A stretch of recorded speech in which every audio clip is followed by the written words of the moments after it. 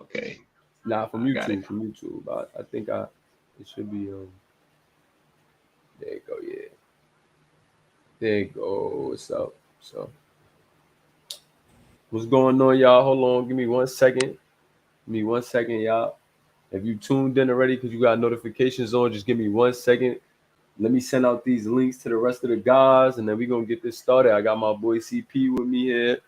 You see how it's going Yo, down. CP25 is in the building. We're gonna have CC on here. He was just here a minute ago. Probably gotta jump back in, but I'm just trying to send these links out real quick, and then we're gonna get right to it. So give me a second to send them links out. But we gonna hop right into this Boomcast live. Make sure y'all let me know if y'all hear me and CP clearly, so we ain't just talking for our health. yeah, gotta put in the chat. Make sure y'all can hear us. For sure. All right, bet. So I'm about to throw the podcast, throw it in the podcast.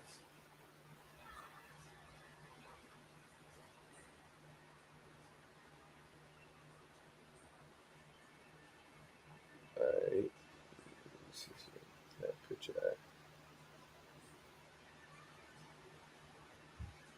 All right.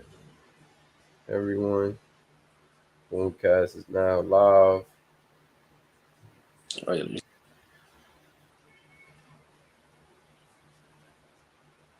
Oh damn! I ain't even put the YouTube link. I'm an idiot.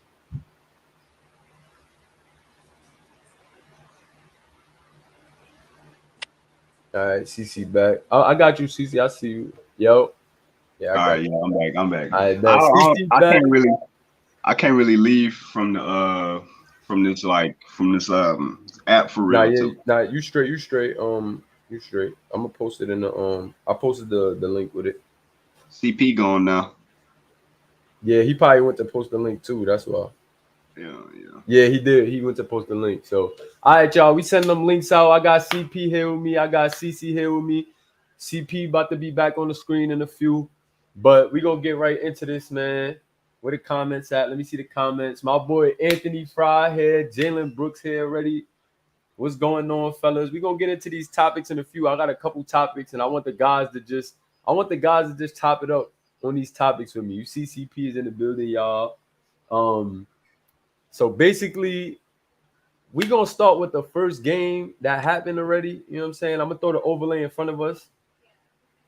I'm gonna throw the overlay in front of us for a minute, but we gonna start with the first game, bro.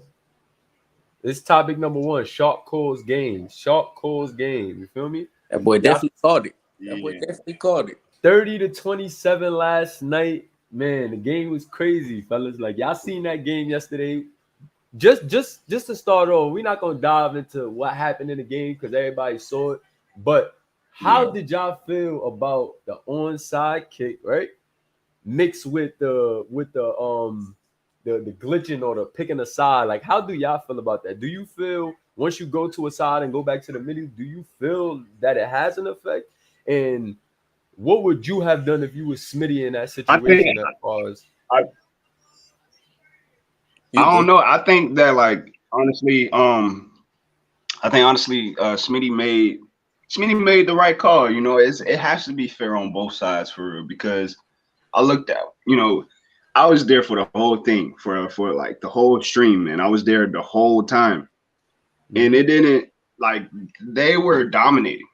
Like the first game, they were dominating, and then the glitch happened. So it's like at this point, the Badgers they already don't have a chance. Like they already under the underdog. mm-hmm, So this glitch happens, they don't have a chance to win. So mm-hmm. we restart the game. Now the Badgers is like looking like that team basically, and Yeah. it kind of looked like uh because TCU. the game Yeah. restarted and switching sides, Mm-hmm. Yeah. yeah, switching sides and all that stuff. It'll affect. So it was just kind of like you know what can we do at this point until Aaron threw that pick. When Aaron threw that pick, that's when Smitty was like, well, let's just keep it going. Let's just see what happens. But if it gets out of hand, we can't let this slide. Yeah. The We game can't let started going, and then the game starts going, and then it just started getting it started getting good, and then next thing you know, we in overtime, game 0-0 at that point. Nah, absolutely, So, absolutely. And what was your take, CP? Like, do you Yeah, feel nah, like I Smith got it right? like CC hit it right on the head. Like, and first of all, like if we start off with the whole kicking thing, being in Smitty's shoes, like that's a tough decision to make. Like that's tough. Like That's definitely a tough that's decision. tough. So, like, if that was me and like in his shoes, like I really don't know, bro. Like I can't say, you know, it's tough. But yeah, like hit it right on the head. Ain't really like too much to really go off of. But hey, but like the title said, Shark definitely called game. So oh yeah, Shark, man, Shark that guy right there, that game, that guy right there is definitely different. yo, that game. So I kind of threw it off topic by saying talking about the mod as far as like the opening topic, but we're gonna get into Shark Cole's game right now. So I'm gonna give my spill on how I feel about Sharkley, and I'm gonna give my spill about how I feel about, you know, just where he ranks at with the rest of the receivers as far as this year, and then I'm gonna give you guys y'all chance to give y'all spill on Sharkley and the rest of the receivers in the series and just his presence, period, as a player, on the field and off the field. So I want you guys to just give me y'all little assessment of Shark after I give y'all my assessment. So I just want to say, like, bro, like I was big on Caleb Houston being like bona fide receiver one coming into this college series. You know what I'm saying? Like, not a knock to Shark, but just with the success that TCU have mixed with him having a guy like Amari right next to him who is like such a game changer as well, I kind of took things from Shark. You know what I'm saying? Like I was like, you know what, his team really not that good.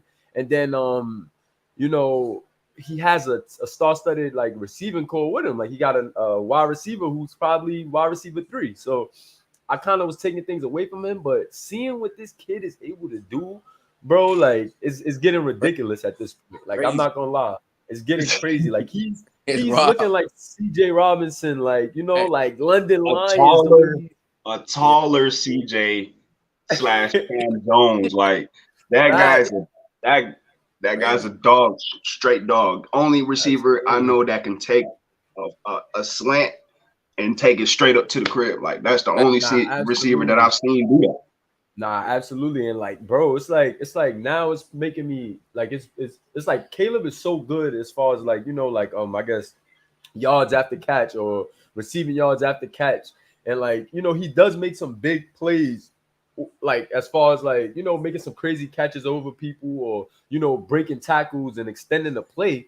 But like I feel like when you want somebody that's sure-handed, good speed, great size, you know what I'm saying? Like you cannot go wrong with Shark, bro. Like he's sure-handed, big size, he's fast, like, and then like, bro, he's the leading catalyst for a team that went from last year being middle of the pack, maybe bottom middle of the pack, to actual playoff contender. Like, you know what I'm saying? Like it, like, and you saw the difference when Shark left the game. You know what I'm saying? You saw the difference. Like they got it going with Amari. They had the slot receivers. They were looking fairly decent. You know what I'm saying? Yeah. But when he came in the game in the second half, in the fourth quarter, you see him go for a touchdown to tie it up, and then you see him call game in overtime. Like it's like, bro, straight like, up, you can't make that up. I think, you know, maybe I may be wrong. I don't know. I think he's the greatest college series receiver to date. Shark. Yeah, greatest college series receiver. Yeah, I would have to give him that as far as right now. Like I'm not trying to hate. I'm not taking nothing away from Caleb Houston because it's 1A, 1B. Yeah. And here's how I feel about Caleb.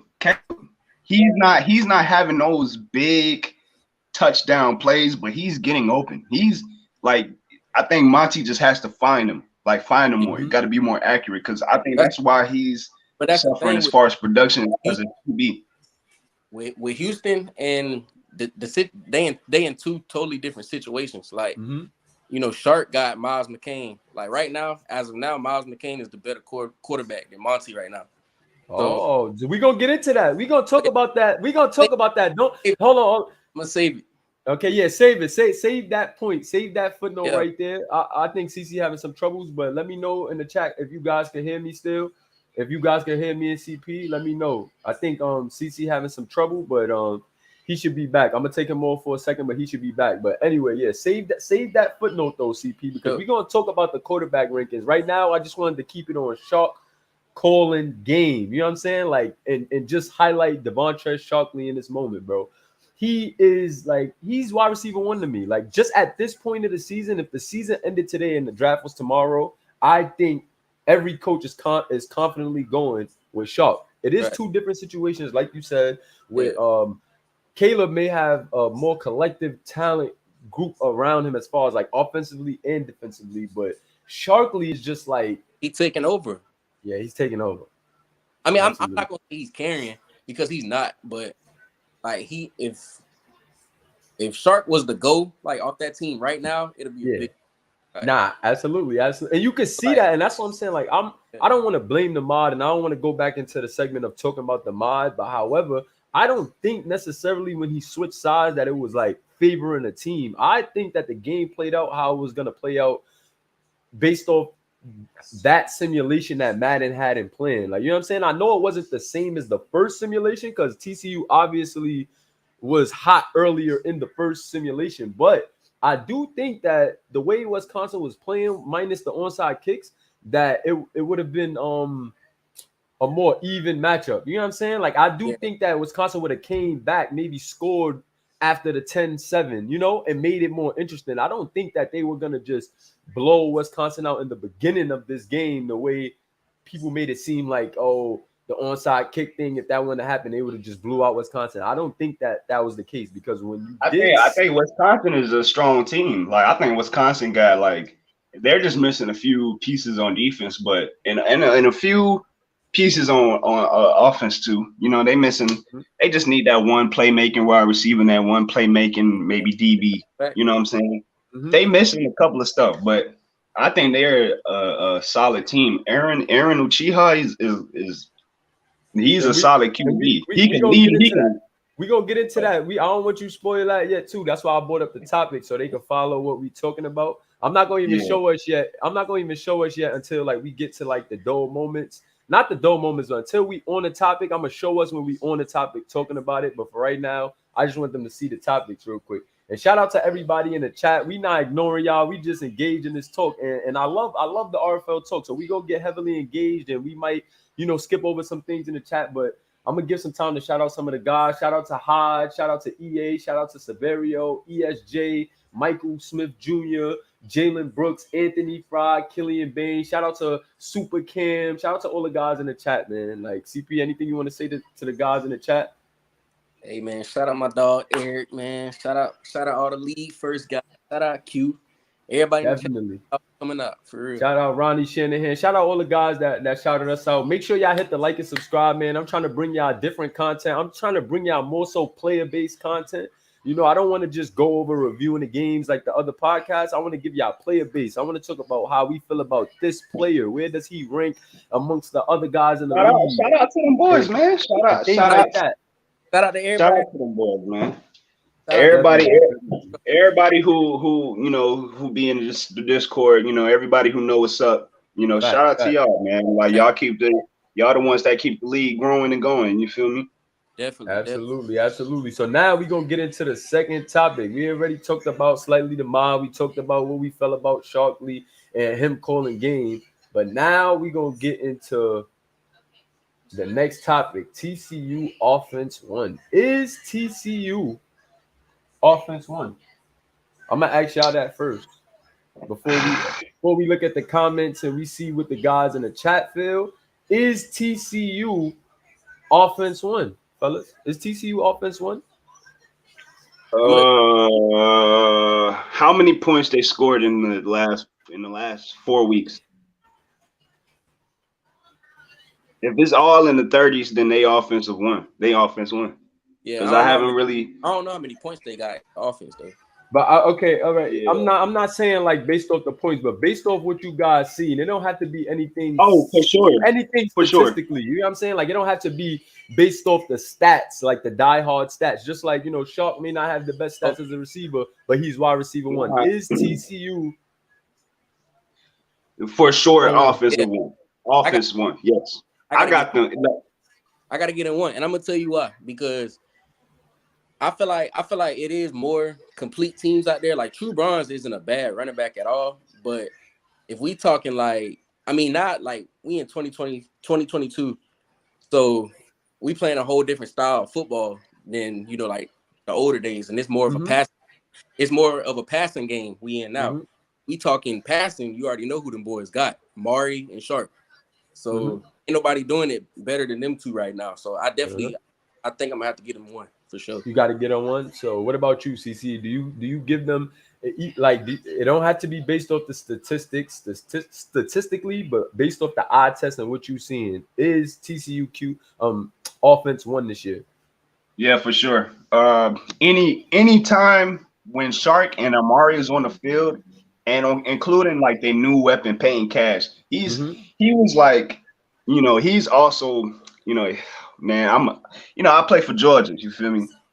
He caught the game-winning pass, but he was also going off that game. You know what I'm saying? He's been going off with Miles McCain. You add that with Amari, who can give you 140 some yards off of 4 catches, on top of Shark. That's a high power offense. They haven't scored under 20 points in the last 4 weeks. Okay. So, all right. So for me, I'm not gonna lie. As far as offense, complete offense one, I'm not gonna give it to them. I gotta agree with Q here. Q said Ohio State still offense one in my opinion. They got the better run game. Their pass game is lethal as well. Is Monty holding them back this year? I completely agree with what Q is saying. This is Q Pop, wide receiver for the Brooklyn Barons. If you're not in tune with the Relocation Football League and you don't know these guys on the screen, CP's over here and CC's down there. You gotta get in tune with us. I know it sounds like gibberish, but I'm telling you, this league is like no other. The guys in the chat are players in the league. The guys that you see on screen with me are players in the league. I'm a coach in the league. Man. This league is tremendous, bro. Like the content that we have, the in-depth storylines and the outcomes that happen is how we can bring you this type of content. So if you're not here, if you're here and you're not in tune with the league, then you definitely have to tune in. And I agree with everything Q-Pop said, man. Can I rebuttal off of what Q-Pop said though? Yeah. Go ahead. I feel like if the quarterback is holding them back, then are they really offense one? I mean, look at it like this. Baylor's offense. DJ Evans, Mikey Romo, Dylan Romo, True Bronze, all those playmakers. All those weapons, all of those weapons. Absolutely. I get where you're going. Who's holding them back? The QB. Yeah, absolutely. Definitely the QB. Absolutely. Now is that they have potential. They have potential, but their QB's holding them back. So that's not a high power offense. Now Monty, on the other hand, he's giving you production. He's efficient, but it's not high powered. You know what I'm saying? Now hold on, CC, because now I'm gonna give you and CP. You could join in on this debate however you see fit, and wherever you got to point at, feel free.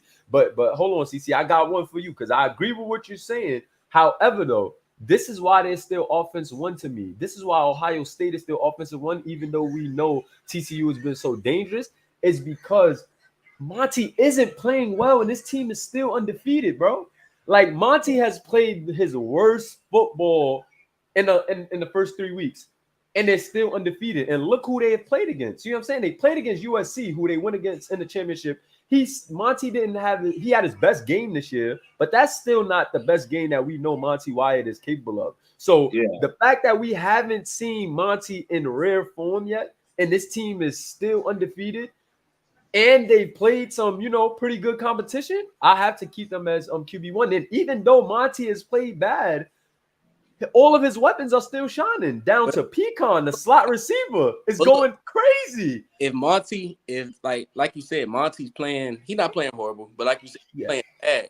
Yeah. Kane ain't playing bad. And they got Omari's solid. and they got Shark balling out right now. Mm-hmm. That's 3 guys: McCain, Maury, and Shark. You got Monty playing bad, and you got Houston.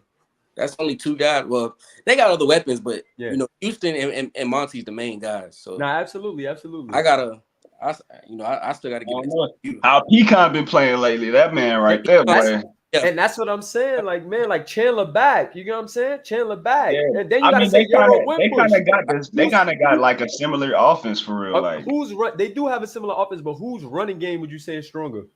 Ohio. Ohio State, right? Because they got Wimbush, and you know what he can do in the passing game and running game. Not to take anything from Jovan Berryhill, because he's been pretty much doing his job in certain opportunities. Oh, yeah. I think I said True Bronze earlier. Yeah, you said True Bronze by mistake, but yeah, it's cool. I meant Berryhill. Yeah, but it's like, man, I just don't want to, like, I don't want to move too fast and get too excited too fast on this TCU team, because it is early, and where they have shown, a great improvement. I just think if we get too excited early and then at the end of the season they wind up only winning, 6 games, 7 games in a bowl game, I think we're going to look like, okay, the offense is exciting, and it was a little bit more exciting early on in the offense with Dio DeSpella, but we're going to say, like, it wasn't that, impactful. You know what I'm saying? So I think the rest of the season, if they could show the consistency that Ohio State has shown from last year to now, Ohio State hasn't lost a game. I mean, they lost 1 game. You know what I'm saying? From last year to now, they lost 1 game, and throughout them only losing 1 game, every game you've seen their offense be high-powered. Every game. Even when Monty has played his worst game, you see them pick up slack in different areas as to why they are able to win the game or go as far as they can. You know what I'm saying? And it's always like, I feel like the offense that it comes to Ohio State, but like I said earlier, it is the collection of their team, because they do have a better defense and special teams than like TCU has. A lot of teams. Now I think part of the reason why they undefeated is because of that defense is just stellar. Now absolutely. TCU is straight offense, bro. That's why I feel like the same way how they feel. How I feel about TCU. TCU straight offense, bro. Okay, cool. So we go. Ohio State, I agree. Offense and defense. Now they the best team right now. They the best team. But I think Ohio. I think TCU got it. Okay. And even if they're so lethal. They don't really use Berryhill that much. That's how lethal they are. That's how lethal that pass game is. Absolutely. So now that I feel like everybody gave their spill on this topic right here, we could transition perfectly into the next one. You know what I'm saying? This is the way I'm not going to show our faces for a minute until we get into the next topic. But so now we got who is Aaron? Because last night was a great game. You know what I'm saying? Like, and it was a shockingly great game because Wisconsin is not supposed to hang with TCU. Yeah. You get what I'm saying? And not that TCU is such a powerhouse, because TCU, didn't really do much. Like, I don't mean to say it like that, but TCU wasn't a powerhouse in this league. You get what I'm saying? Like, TCU wasn't, they're not like a Miami, like a Georgia, or like a Ohio State. They're not like that. You know what I'm saying? Exactly. They're not the normal RFL powerhouse. You know what I'm saying? So we're not gonna hop on that. But however, we didn't expect to see that type of game from Wisconsin. We got a game of the year candidate from Wisconsin. You know what I'm saying? So we're gonna get into how did Wisconsin have that success in your opinion? You know what I'm saying? What is it about this Wisconsin team that is different from years past, and what is it about this Wisconsin team that has people excited and actually watching games? And what is it about this Wisconsin team that we actually got a primetime game from Wisconsin? Like, hey, it's 2 parts. It's 2 parts. First, go ahead. It's everybody knows Bill hyping them up. So if one of the guys in the front office hype something up, it's more likely to catch attention. So that's one thing. Second, is it Aaron? Yeah, Aaron. Yeah, him. Like it's him. That's him. I mean, I'm not saying he's him, but it's him. Like, reason why they're having this more success than they had, because the guy last year, what's his name, Thor. Zion Thor, yeah. He was trash. Everybody know he was trash. So they one upped on the new quarterback, and they seeing the benefits off of it. Kind of makes you think, if they had a couple more pieces, are we going to call them? Exactly. Are we going to call them one of the nicest teams? Because I feel like if they had like maybe 2 wide receivers, maybe 2 wide receivers and 2 corners or something, they could really be like something. You know what I'm saying? They could really be a dangerous team. So that's Aaron, perfect. All right, go ahead, CC. You good? Oh, my fault. Now I was gonna say Aaron Uchiha. That was like, even though he lost the game, that was like a coming out party for him. You know what I'm saying? Absolutely. There's nobody in Wisconsin to keep TCU. For sure. Absolutely. And that takes us into the segment of who is Aaron. You know what I'm saying? Like, who is Aaron? I know who the kid is because like this is my cousin. You know what I'm saying? And I didn't expect him to be as good as he is right now, especially when he told me he wanted to go to Wisconsin, because I had my things in my head about Wisconsin already, and I went to Georgia, so I wanted him to go to Georgia. I was like trying to push for him to go to Georgia, but he was like, "Listen, man, I'm not tripping on following you or going that direction. I want to go where I can see myself make a difference." And it's surprising me to actually see it, with Wisconsin. And shout out to Bill, shout out to all the Wisconsin fans, man, because it's crazy. Shout out to all the Wisconsin players. It takes a lot of courage to do something like that. I feel like a lot of it's like a lot of people, a lot of these prospects could have done so much better if they went to another team. I'm a name drop though. I'm a name drop. I ain't like one of these, other people who don't name these names. We got it. Drop the names. Drop the names. Let's say if Sheffield went to Wisconsin. Woo! Yeah. Kataro, Sheffield, or Pecan. Don't even take the wide receiver 2. Just take Pecan and make him wide receiver 2 or 1 at Wisconsin with Corvette. I mean, he gonna be wide receiver 1 because he's the higher overall, and come on now, you teaming up with a good quarterback. You know what I'm saying? You could have been, one of the guys who we talking about as wide receiver 1, wide receiver 2. Nah, you ain't lying. Even not to go somebody that's not really talked about it. If you take even Tip Soto and put him on Wisconsin, somebody like that. I want to say they would have been like, maybe they probably would have been playoff contenders, but they would have been a little problem. Nah, absolutely. I think they just need a couple more weapons now. Aaron, he's showing what he can do with the minimal weapons, and like just with working with what he got. RFL coaches are going to look at that. You know what I'm saying? And what shocked me about his game, I didn't really pay attention to like Wisconsin, because Wisconsin. It's Wisconsin, exactly. It's Wisconsin. The dude is a mobile quarterback. Yeah, it's not like he just only mobile. This dude can throw dots too. Absolutely. Perfect dual threat quarterback. Nah, absolutely. Yo, the kid is just impressing me, bro. And like, I'm trying not to be biased, you know what I'm saying? Because he's my family. And like, I like a lot of other quarterbacks. I like Ronnie Football. I made up the nickname, you know what I'm saying? I like Tion. Like, I like Tion, however you pronounce it. I like him a lot. Tion is actually changing Tennessee. So, and I also like Javier's game. He's a 5'9" quarterback, and he's actually, playing big time. Like, he's actually stepping up and leading Washington into, becoming something. I don't want to say an RFL powerhouse school, but he's definitely creating some type of brotherhood there as far as Washington goes. And I love to see that, no matter who you are, because that's what I love about this league, the growth. You know what I'm saying? CC is a Georgia member. He's a diehard Georgia guy. CP's diehard Miami. You know what I'm saying? And I love just that culture aspect that we're bringing to the RFL. So, like y'all said, man,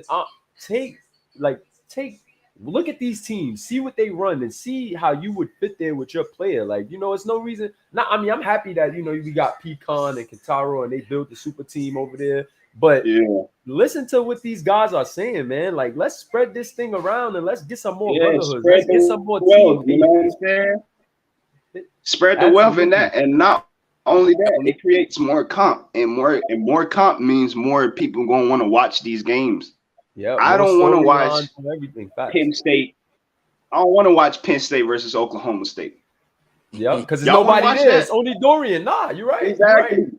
It's only Dorian Exactly. and probably two other people. Like even for the guys in the chat, you know, if you not like, even if you don't have a player right now, and if you're watching this, bro, let's stack up FSU, because I want to see that Miami versus FSU rivalry come to life, bro. Come to light, exactly.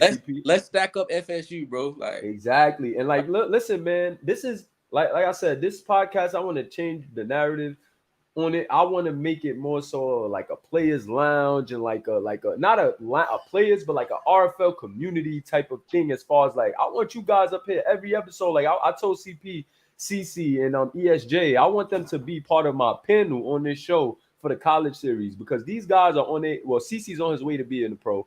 CP and ESJ is already well-known pros throughout the community, and we have thousands of people in this community. So, you know, like, they're already some of the well-known pros, and I think that it's on us, and it's our job as a community to make the college series innovative, to make the college series fun, to bring content and to bring conversations to light about the college series that's going to take it into further heights. So that's what I envision here, and I want all of you guys as players to come up. All y'all got to do is let me know. I'll send you the link. You could come up and you could talk to us about these same topics, because our goal is to get this information out to the general public. You know what I'm saying? So we could grow. I seen the flyers all over. I seen, shout out to CP, ESJ. Yeah, I had posted that flyer on my real page. But exactly. Shout out to everybody, man, posting them flyers, because let's get this going, man. Let's turn this up. Like, we can't be selfish with this experience. We being selfish right now with the RFL. Everybody holding it for themselves. I think it's more so people scared, like, because it's different. It's like, it's watching. Let's be honest,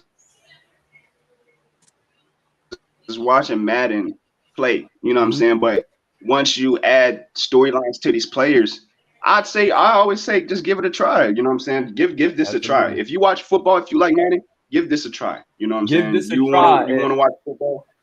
And shout out to my guy AMAC, man. Bring that culture. Bring that culture. If you got a group of friends, right, and y'all, however y'all think y'all know Madden better than we do, go ahead, go to FSU, like CP said, and create that brotherhood over there. So that way, now you know that it's gonna be a community talking about it. You know that it's gonna be 1,000 people every week, different shows, whether it's the main show, whether it's some of the side podcasts. You're gonna have so much content to gauge, you know, who you are in the league, where you and your friends fit in the league. So if y'all think if you out there and you think you have a Madden mind, if you think you and your friends is cool enough to make a college team and win a championship, bring that culture. Bring that culture. It's perfect. This is what we want y'all to do. Bring that culture. So we got another storyline. This year we got Washington as the new Bruin team. Next year it shouldn't be one team again. That's a new team. That's a brotherhood. Next year it should be 3 new brotherhoods. You know what I'm saying? It should be FSU. Right. It should be Tennessee. It should be whoever. You know what I'm saying? So I like what Maryland doing over there. Maryland got some stuff going on. Maryland, Maryland. I can't even shout out to Maryland. Thanks for reminding me. Yeah, they doing it. Maryland of our tight ends, so like they definitely doing something. Like, absolutely, man. OSU came with it this last year, because they was like a sort of a new brotherhood last year. I'm not saying that they didn't have success in the college series before, but they took it up a notch last year with that brotherhood. We're getting guys like Pecan, we're getting guys like, Caleb, Monty, getting guys like Cam J, and they're all bought into the system, man. They changed the game with that. And this year, Washington kind of played a role in changing the game, bringing the whole new culture. Shout out to Baylor. We know how they brotherhood rock. Shout out to Miami, because Miami kind of started the trend. You know what I'm saying? Miami started the wave, and then look how it grew. You know what I'm saying? And then I'm gonna let CP get into that, because I know that, him and Lito was like the biggest catalyst for that Miami. Starting this culture of teams, coming in and being brotherhood, and actually. Being like that culture, you know what I'm saying? Right. What the team is known for, like what we known for. You know what I'm saying? What's our identity? Talk, CP, what you about to say? Somebody had to do it. Somebody had to start it up.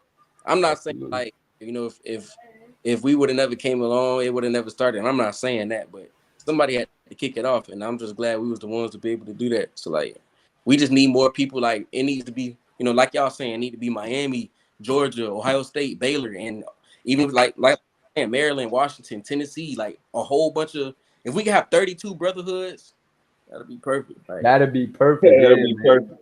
And then we get in a college game, so who knows? You may Yeah. not even have to put a cap on how many brotherhoods. You know what I'm saying? And then think Right. about how amazing that's gonna be, bro. That's gonna be crazy. Like it's gonna be crazy. I'm excited for the RFL in the future, man. And that's perfect timing to take us into this next segment now. And in this next segment, let's see what we talking about here. I don't even remember what We I all put. got. But I Who y'all got got? for this Y'all next who y'all got. So you know we Y'all gonna got. get into we gonna get into it. We gonna get into it. Who y'all got? Who y'all got? Banners. Let me get the banners up to write the who y'all got real quick. Who y'all got? Hashtag who y'all got, man. Hashtag Hashtag who who you y'all got. got in the chat, y'all. And hit that like button and subscribe if you haven't already, man. I'm trying to change the game here, man. I'm trying to change the culture, man. I'm trying to get a players a place to speak their mind. And also, I'm going to bring Discord topics up in here as well. So we're going to talk about the Discord sometimes. Significant events that happen in the Discord, we're going to talk about that on here. If it was a crazy event, two guys went at it and it was funny, we're going to come here and we're going to talk about that. You know what I'm saying? That's a big thing. That's a big part of RFL culture. And I want to heighten all the things that's a big part of RFL culture that don't get talked about on other podcasts. You know what I'm saying? That's what I want to do. So hashtag who y'all got. I'm gonna just go through every game, y'all. I'm gonna pick my pick, and then I'm gonna ask CC and I'm gonna ask CP they picks, and y'all can throw y'all picks in there as well. So here we go.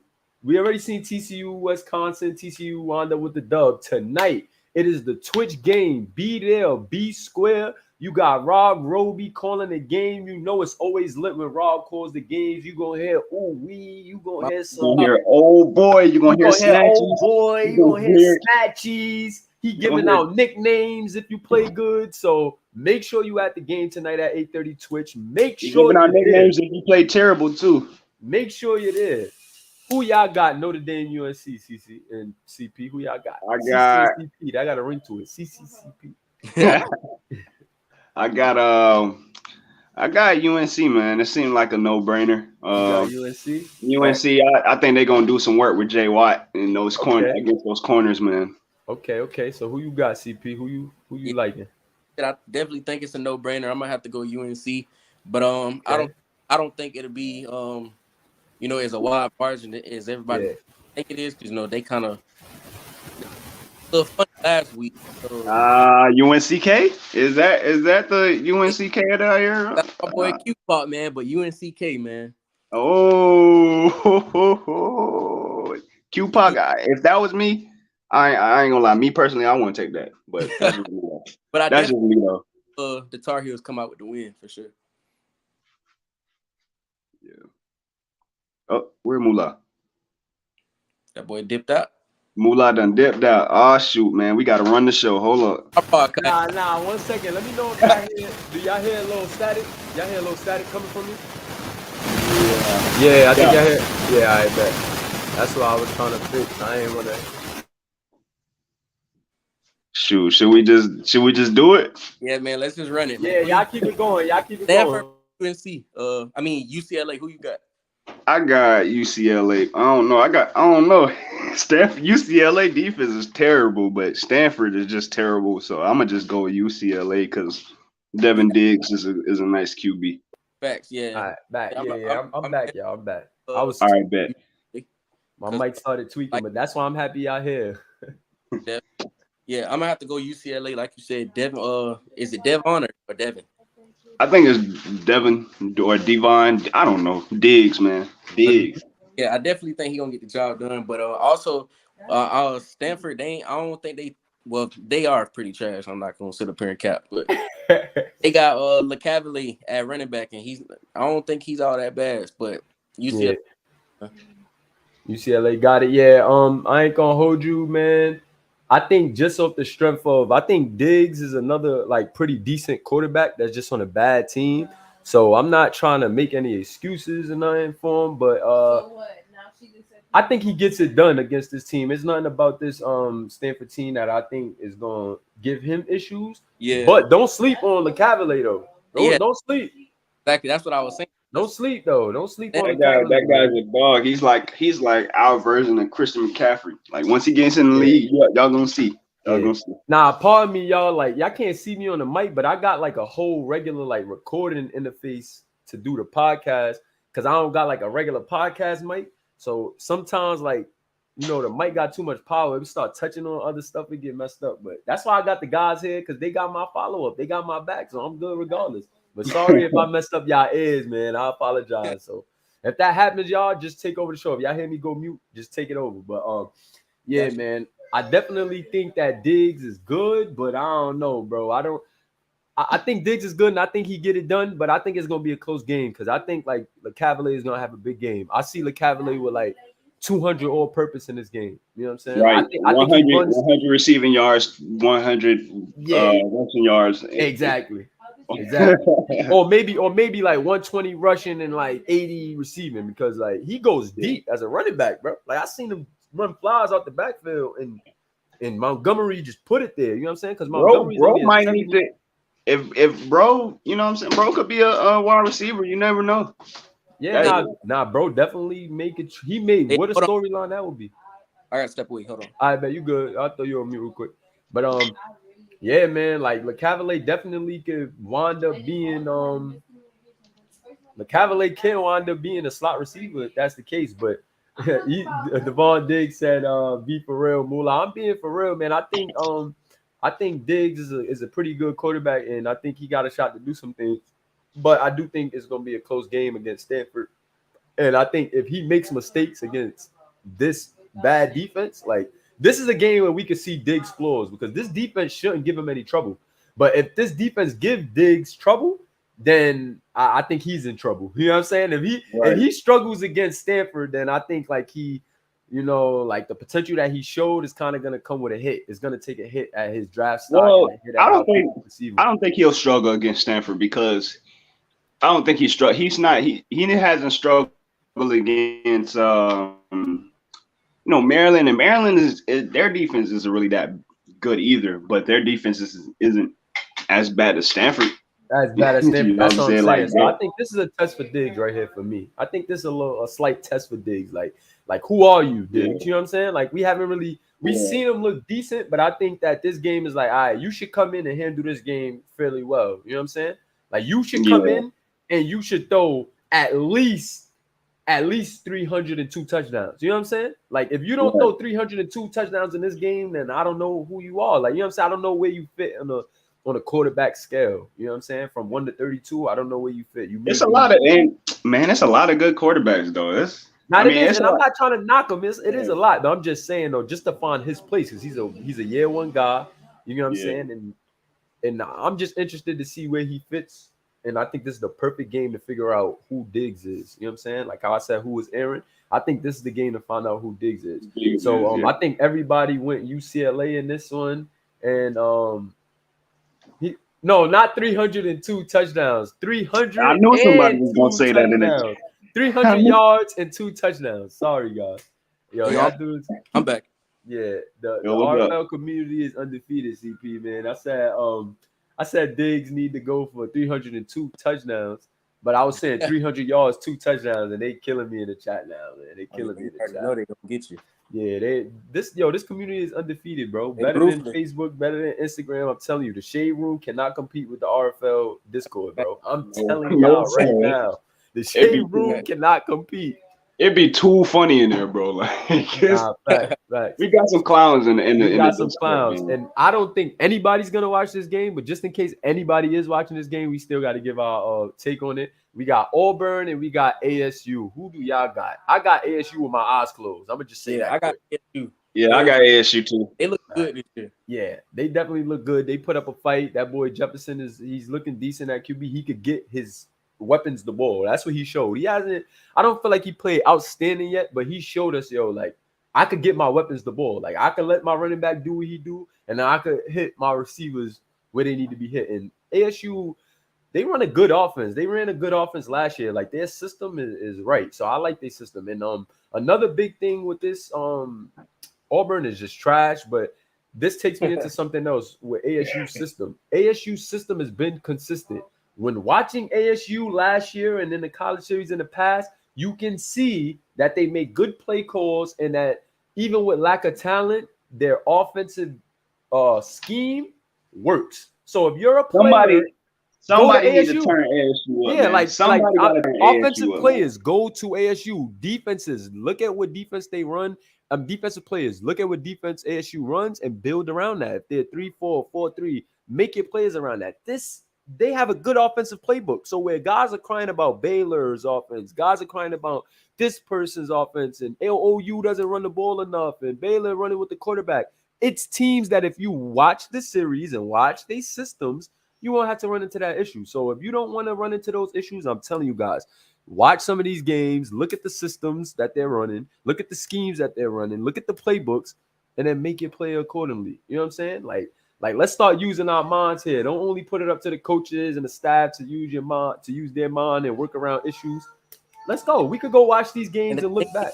And the thing about that, I'm gonna spin off that. Like these dudes really got like a crazy advantage because they can get into the Discord first and then choose to change, like change things up. Like exactly. Bro, what, man? I had to bro. Bro, I had to take a shot in the dark. A lot of these players had to take a shot in the dark on how good they want their players to play. In college, too, bro. In college series too, with me, Lito, those guys, bro. As soon as we submitted our player, we couldn't even change. Like, we couldn't change too much, bro. Exactly. See, these guys, bro. These guys can change their numbers. They can change their gear. They can change their skin color. They can change their name. Like, absolutely, bro. I had to fight Smitty, bro. I had to fight Smitty just to get number 26 for one game, bro. Like, see, that's crazy. That's crazy. These dudes got a crazy. Bro, I couldn't even. I was like, dang, bro. Did I really make my player too big, bro? Can I like knock 5 pounds down? Can I knock 15 pounds down? Can I be 215 at least, bro? Nope. Gotta stay with it, bro. Well, it is what it is, man. It is what it is. Yo, man, Smitty and them don't play, so I guess they letting guys know early, like you got to know what you're doing, and this is what I'm saying. Like since now we know how things are ran, and that you have this is College Series 4, so you have 3 seasons that you could go back and watch and see what teams are running before you make your player at a position and commit to a school that you don't know what they're running. You don't know what scheme, what type of offense they got. Like, what's the point in doing that? Like, you have all this information, utilize it as a resource. You know what I'm saying? So, a lot of these guys just be trying to have fun. You know what I'm saying? I know I got into this league. Like, I'm gonna tell you how I got into this league. I got into this league by watching somebody do relocation franchises on YouTube, but actually playing them until I saw the RFL, and I thought, this look fun, man. This look lit. I'm about to sign up. I ain't think about what teams is running what, and what I need to put in all this stuff. Originally I made my player go to Ohio State. I was supposed to be at Ohio State, bro. That would have been tough. Joel Howard and CC would have been crazy. Joel Howard and CC would have been sick. But all right, let's finish wrapping up these games real quick, y'all, picking our picks. But yeah, man, just be conscious of who y'all go. Somebody make ASU a powerhouse. Like, can we get a brotherhood at ASU, bro? Like, that's just my last take with that. Like, right. Somebody, anybody, please. Like, come on, bro. But anyway, Iowa. Another game that I'm gonna watch this game because of Washington. But Iowa versus Washington, who y'all got? I'm gonna go Washington. Oh yeah, man. I got Showtime. I got Showtime Santana, man. I wanted to say the other nickname, but you got Showtime Santana. Hold on, my guy Alvin Max said how CP and AR found out about the league. We gonna get into that. Stay tuned because we got another topic. This is just who y'all got. This is the who y'all got segment. So we gonna finish that. We gonna get into how we all got into the league. Even CC gonna give his spill again, a deeper dive. We gonna get to that. Just stay tuned, y'all. Stay tuned. We still got a lot of segments to get through, but that's why I said let's get through this. Iowa, Washington. Go ahead, CC. Iowa, Washington. Oh yeah, I'm going with Saucy Santana. I mean Showtime Santana, man. Man. Yeah, man. So, I'm gonna take Saucy. I'm gonna take Showtime for sure. I just don't think Iowa is a complete team at all. I don't think they matching up with them. Okay, cool. So I'm actually gonna say the same. I definitely got Showtime Santana. You know, 5'9", he been looking good though, like making the right decisions. You know, making plays at the right times. I don't think Yeah, he's been like the best.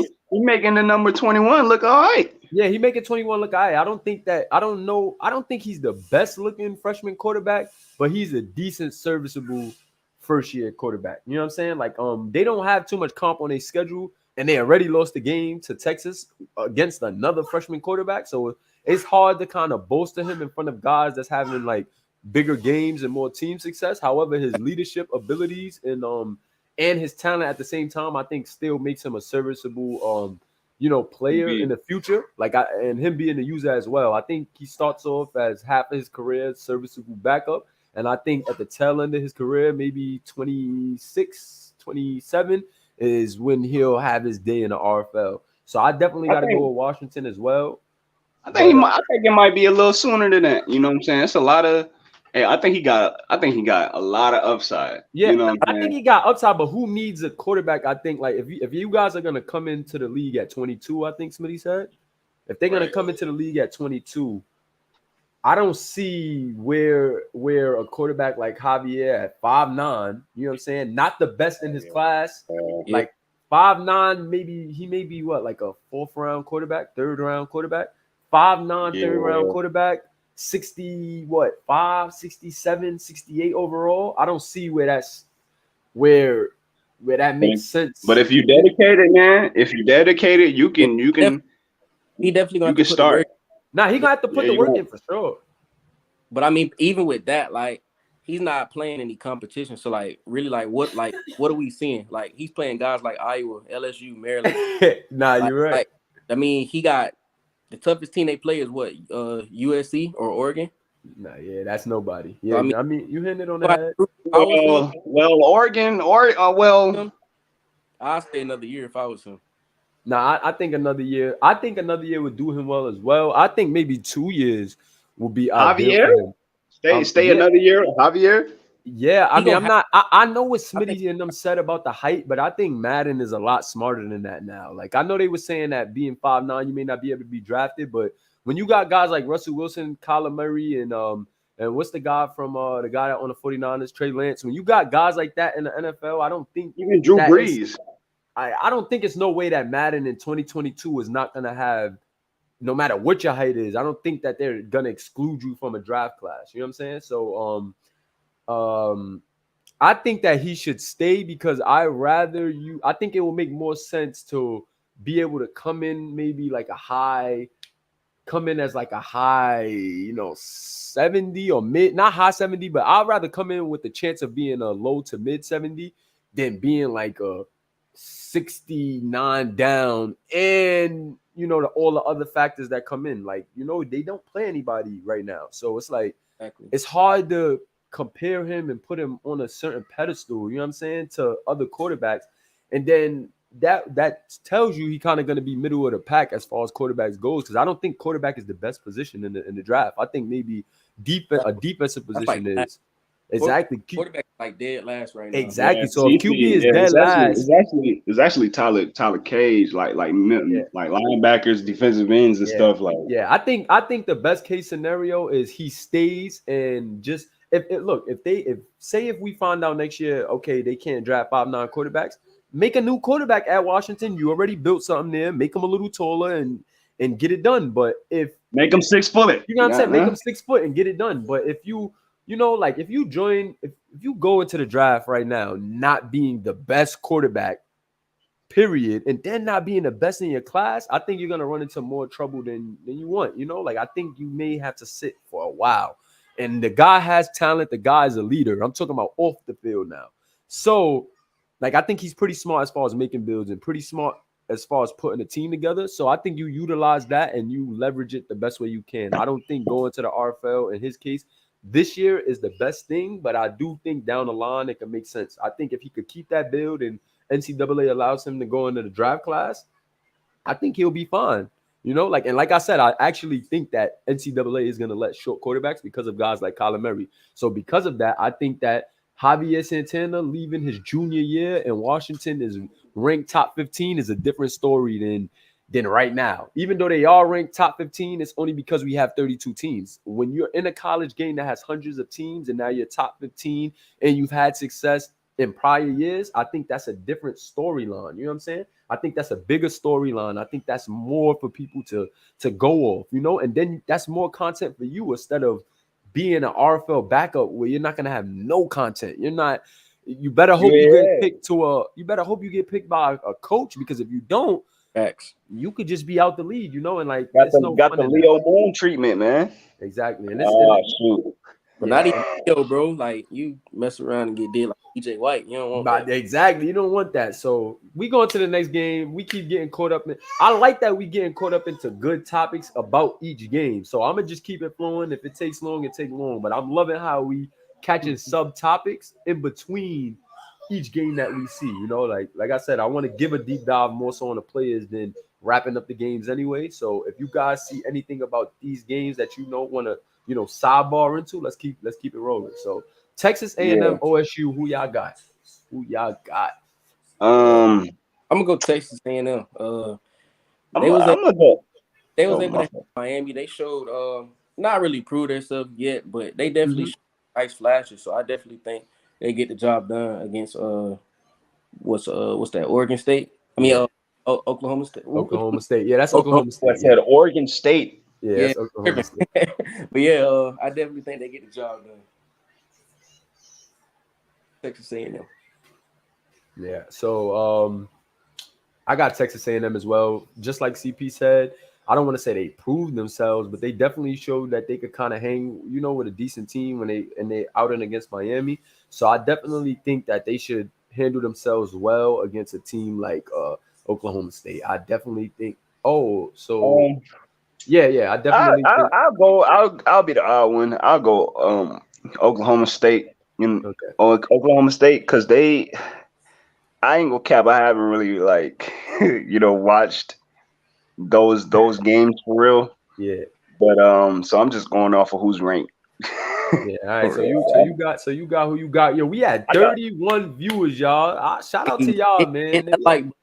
Hit that like button and subscribe if you haven't, man. We had 70 subscribers. You guys get me to the 100. I got something for you guys in the bag. I ain't gonna even say what it is yet.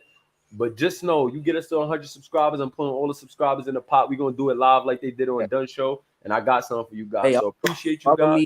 Follow me on Instagram at RFLChris25. Definitely. Follow CP. Oh, yeah. Follow me, Ekene Era. EKENE Era. Put it in the chat.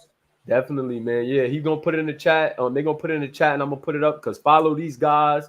I want to say thank you to these guys for showing up. We're not going nowhere. I'm just still saying thank you. I want to give y'all flowers. I know I talk trash all day in the Discord. However, I do respect you guys and what you guys bring to the league. Both CC and CP. I'm always going to talk trash because 9 times out of 10, both of y'all not going to be on my RFL team. I'm coach of the Gunners if you don't know. But yeah, so I'm always going to talk trash to you guys, but it's all love. As long as I know you love the league the way I do, I got respect for you. So you know how we rocking. But now, CC, I know where you're going to go on this one. We got UGA versus LSU. Man. Who you got? Man, since it's you first. Who you got? Man, I got them LSU boys. No, I'm playing, man. I got them Georgia boys, man. Them Georgia boys finna go off on LSU. We looking to like really prove ourselves throughout the season because we started off 0-2. You know, we coming back off of a win from South Carolina. Felt like it wasn't really, you know, we didn't really show ourselves against, you know, a tougher opponent, you know, but LSU is ranked higher than us, I believe. Mm-hmm. So they at 14, y'all at 16. So, you know, we were at 22, you know, just last week. So we got a slow climb, but it's just all worth it, you know. And we gonna get there. We gonna get the win. I know I'm gonna shut them down. I'm gonna shut some down. Now, before I get my assessment, CP, who you got? LSU and UGA. This is an SEC matchup at 4 p.m. on Premier Day. Yeah, I gotta go. I wouldn't say it's a no-brainer, but I think UGA takes it as long. Hear me out. As long as Jakari's Best can not fumble, as long as he can get going, and as long as Zeke Pruitt can get going, I I think they should have no problem getting it done. Well, I think these last two games, these against TCU and South Carolina, we saw an explosive Georgia offense. Because that's what I'm saying. As long as our games last season, and that's no disrespect to AR, but we weren't really capitalizing in the red zone. We weren't really, calling the right plays, and that may be due to the mod and just builds and how stuff happened. But Zeke Pruitt got these boys singing. You know what I'm saying? Got the offense on fire right now. Huncho and not to mention Diaz. Diaz almost took an end around to the crib, but Huncho, had a block in the back. But that just goes to show you like the type of talent that we have on this team. Shout out to them Georgia boys, man. Shout out to them Georgia boys. So CP said, finish your point on what you were saying though. Like I said, as long as Jakarius Best gets going, stays consistent, as long as Zeke Pruitt stays consistent, they shouldn't have a problem getting it done.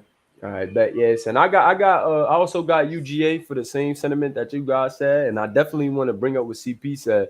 If Jakarius Best and Zeke Pruitt don't do their thing, it's over. Like they are the leading catalyst for this offense. You know what I'm saying? Like last year we seen the issues from Jakarius Best, and I feel like it hindered the offense tremendously. And then this year, we've seen issues from both Best and Zeke. We've seen some red flags from both of them. And I believe that, like, if those guys aren't playing good, bro, I just think it's just going to be a long year for UGA.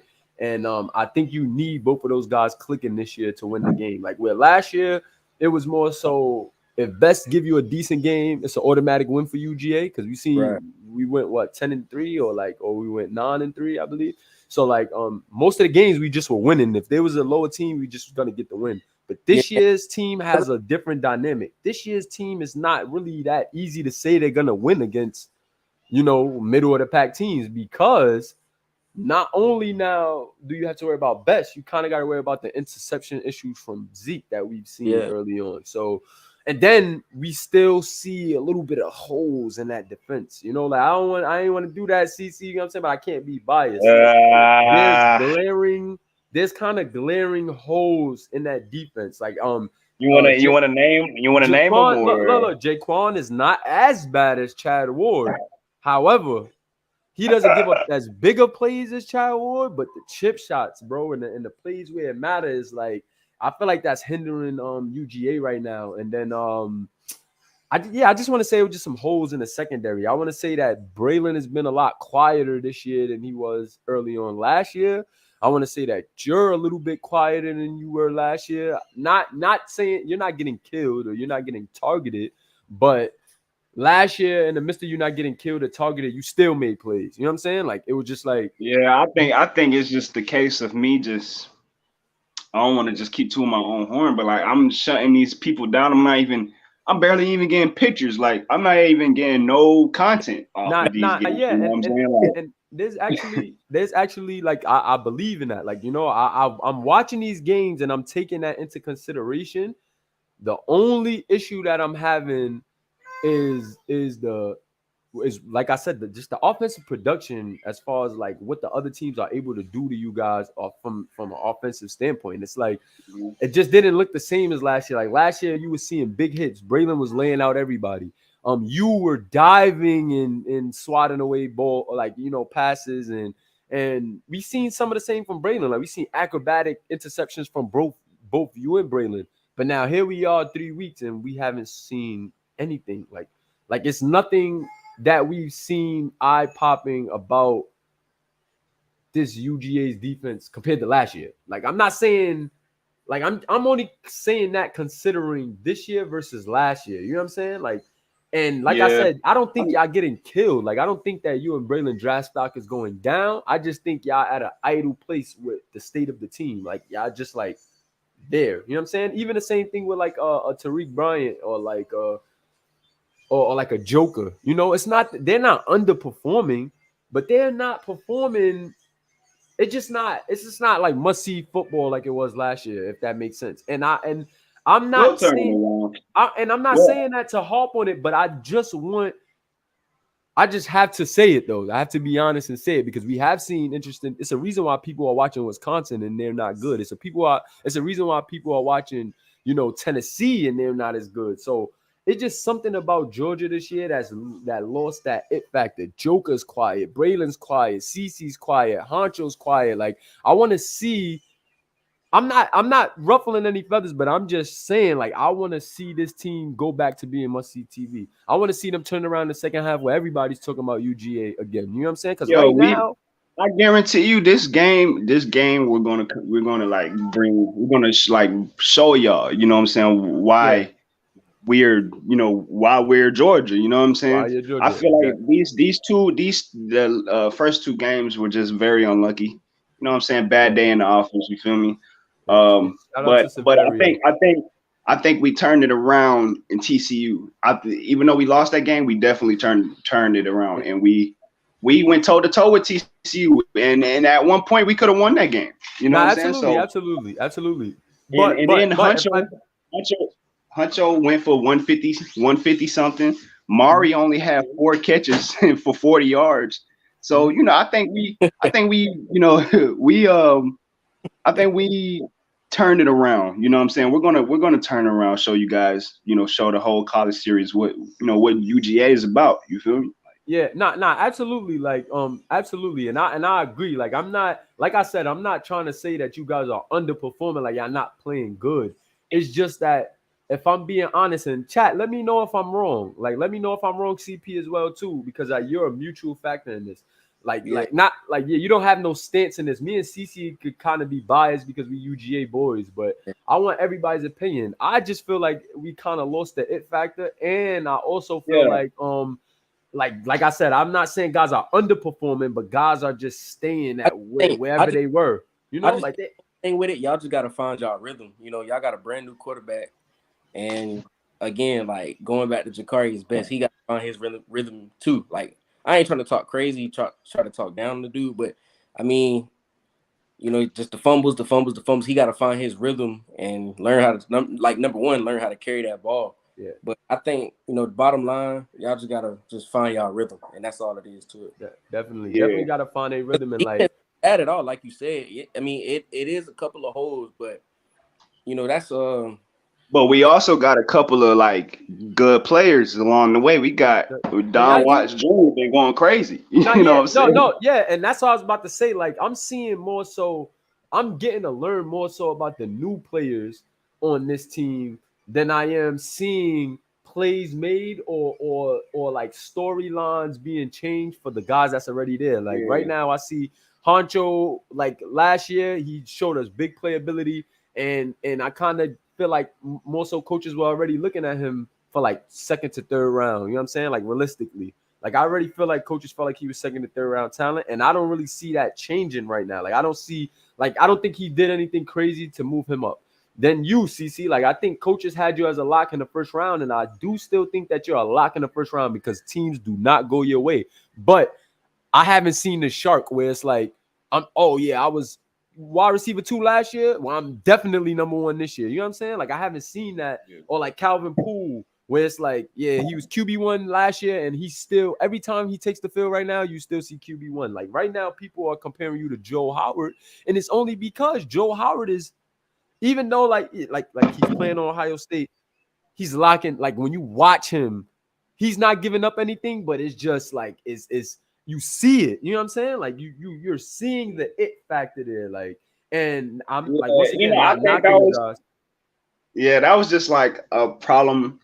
Like, it's still a little early, but I think that's a problem, with I think it sort of began to go that way our first game in Oregon.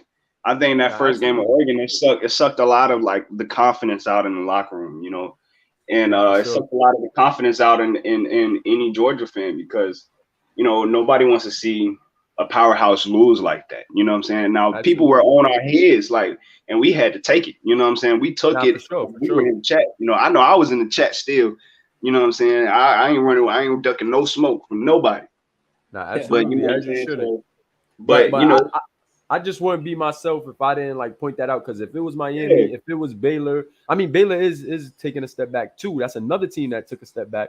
But I just have to like be real. Like I gotta be real and see and say what I see. And what I do see, I don't see a step back. I don't think y'all worse than last year's team at all. But I think right now y'all showing me the same thing that we seen out of last year's team. And I want to see a step further. I want to see CC go from I mean, I think he was bona fide QB1 last year, but I just want to see you take it to where it's no debate. You know what I'm saying?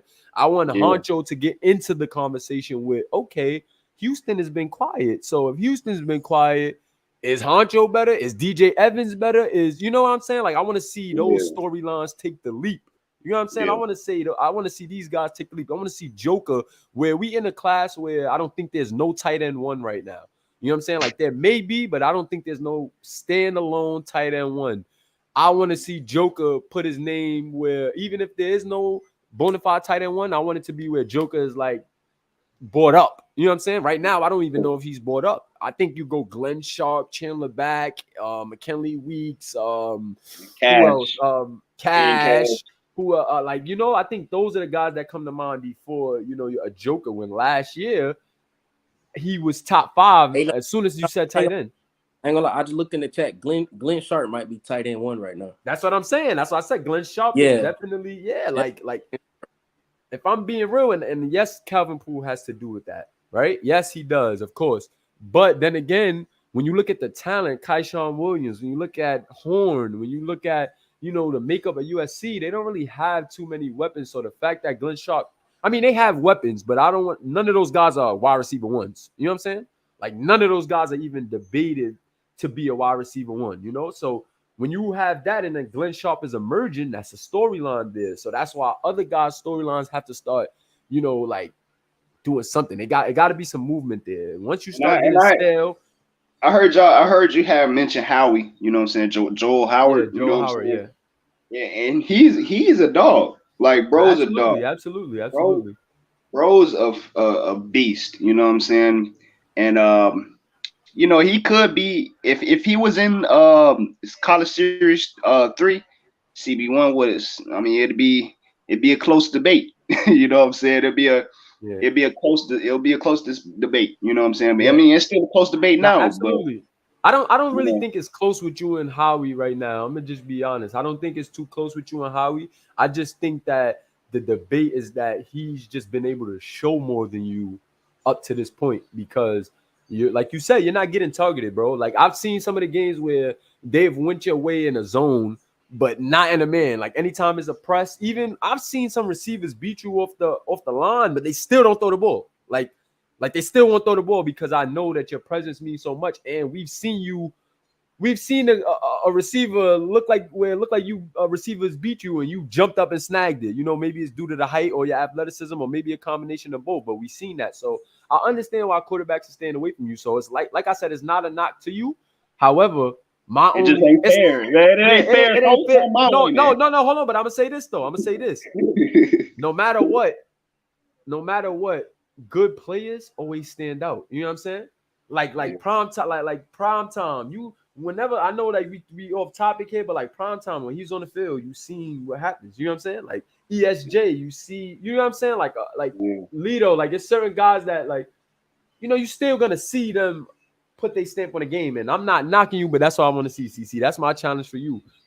Bring your imprint on some of these games. Even if they're not going to throw your way, do something else. Let me see you get a big hit in the backfield. Let me see you get a tackle for loss. You know what I'm saying?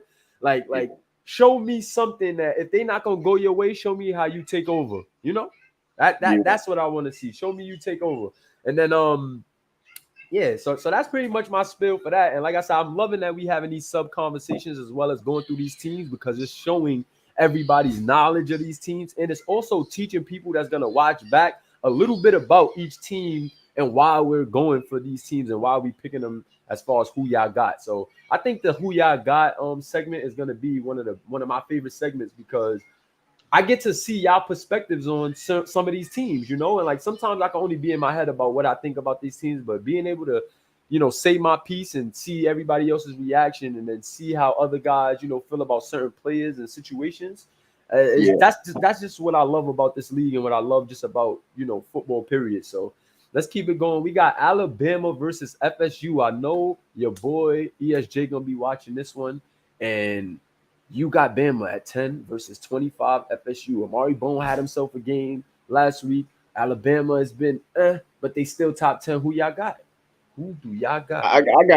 I got you know what? Shoot, man, I don't know how Goldsberry finna do. Stern looking pretty all right. You know what I'm saying? Stern been looking all right, lately. So might have to go. Nah, I can't go with FSU. I'm gonna go with. I can't go with Bama. Bama? I don't go with Bama, bro. But I forgot who they got on the defensive side, man. Tyler Cage, bro. That's all I'm gonna say. How is Amari Bone gonna run on Tyler Cage? Nah, that's absolutely. the story. That's the story. And how is Real Stern gonna have to deal with Tyler Cage?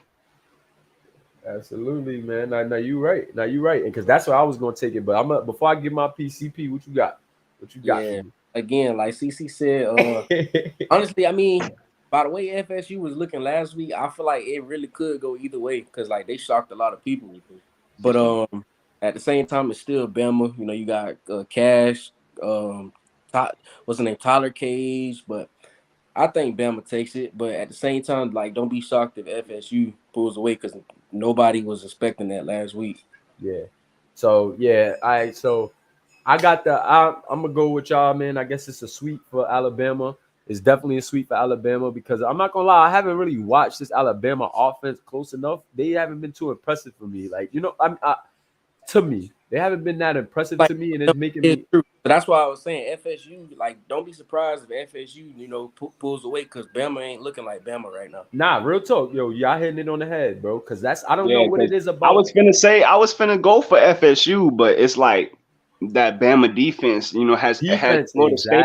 has Florida State went against a defense like that. You know what I'm saying? Nah, y'all hitting it on the head, and that's what I think is gonna be the determining factor. Tyler Cage, I don't care what nobody says. I don't care who got an opinion on what. I respect all the linebackers in this league, but nobody's better than Tyler Cage. Whether he becomes a generic or his user person comes back and claims him, he's the best linebacker in this league, bro. Like from a night in, night out basis, we see talent, right? Like we see glaring talent. Like AMAC is great, Severio great.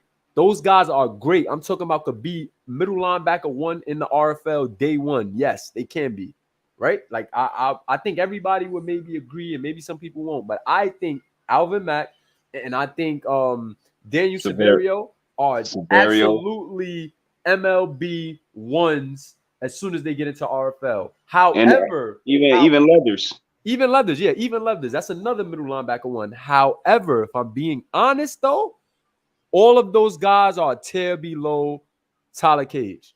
And I was giving them the nod at first. I was kind of giving, AMAC and Severio the nod, like as far as talent goes.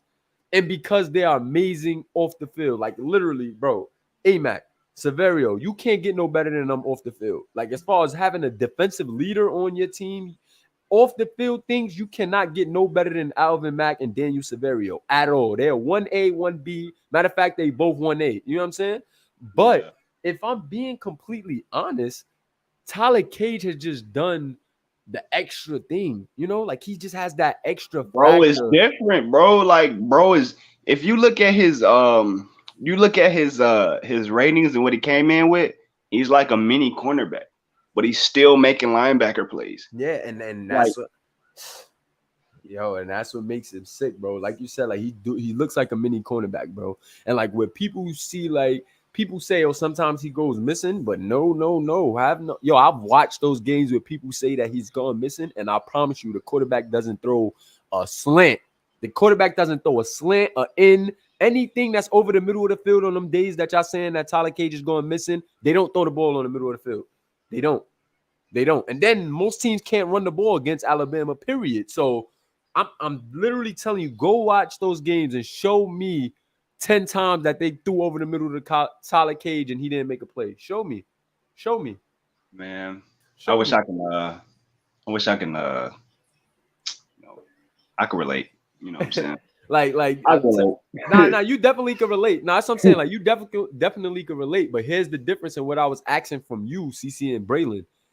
You and Braylon was arguably CB1 and safety 1, right?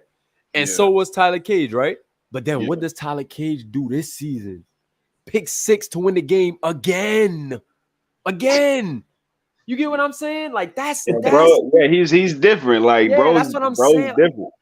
That's what I'm looking for. You know what I'm saying? That's what coaches are looking for. That's what's making a coach jump out his seat and say, yo, it's no way. It's no way I cannot pick this guy. It's no way I can overlook this guy. You get what I'm saying? Even with him maybe being a generic, I'm pretty sure that it's going to be coaches that's happy. You know, if he slides, like say if somebody goes AMAC and goes Severio before Tyler Cage, whoever gets Tyler Cage is still a steal. He don't have to upgrade himself. You can upgrade him because he's not going to be active. So you upgrade him for the year, he's going to come in probably a 75 or higher. You get what I'm saying? Yeah. At least 74. You got like, bro, the guy's a beast, bro. He is the leading catalyst for Alabama for the second year in a row. Like, this is the second year where it's not the quarterback for Alabama. You know what I'm saying? Like, yeah, the quarterback is going to have to play good and have big moments like Rocky had last year to give them the SEC chip. But Tyler Cage is him. He's him. Yeah, so, I think he's going to be like, you know, he's like I could put him up there with KMJ. You know what I'm saying?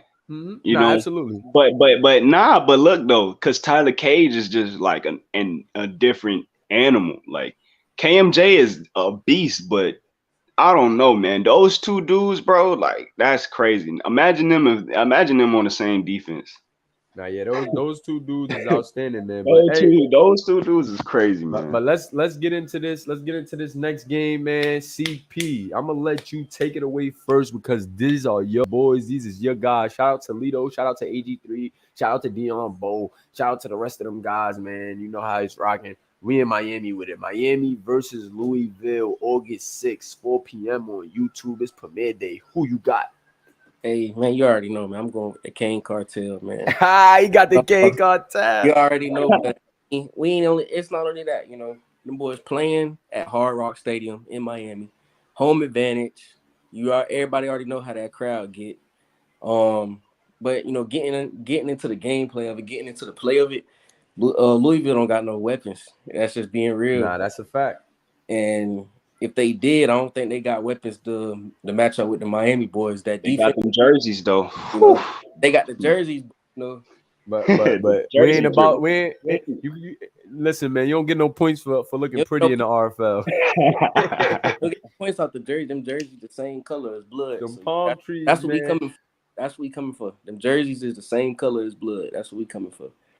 But them palm trees. No, the only thing that I think, you know, obviously I still think it's gonna be a win, but the only thing that can possibly hold Miami back is the quarterback to wide receiver play. They like, you know, it's kind of like the same thing with Georgia. They gotta find they gotta get consistent with the passing game. Everybody know the run game gonna be there with Hodge. Hodge gonna for sure. Thing. The defense gonna do their thing. We just gotta get more passing yards and we gotta get passing touchdowns and stay consistent. I think if y'all had like a good wide receiver, like Gambino is nice, but I ain't gonna lie to y'all, man.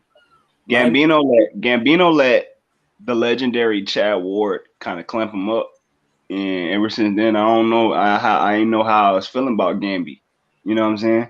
I don't know about him, but yeah, like Miami never had that electric type receiver ever. So yeah, like, you know what I'm saying? Need that. Like we need if we can get, like I said, number one, that quarterback to receiving game going, and if somebody can step up and make electric plays at the receiver position, then we unstoppable. So kind of makes you think, absolutely.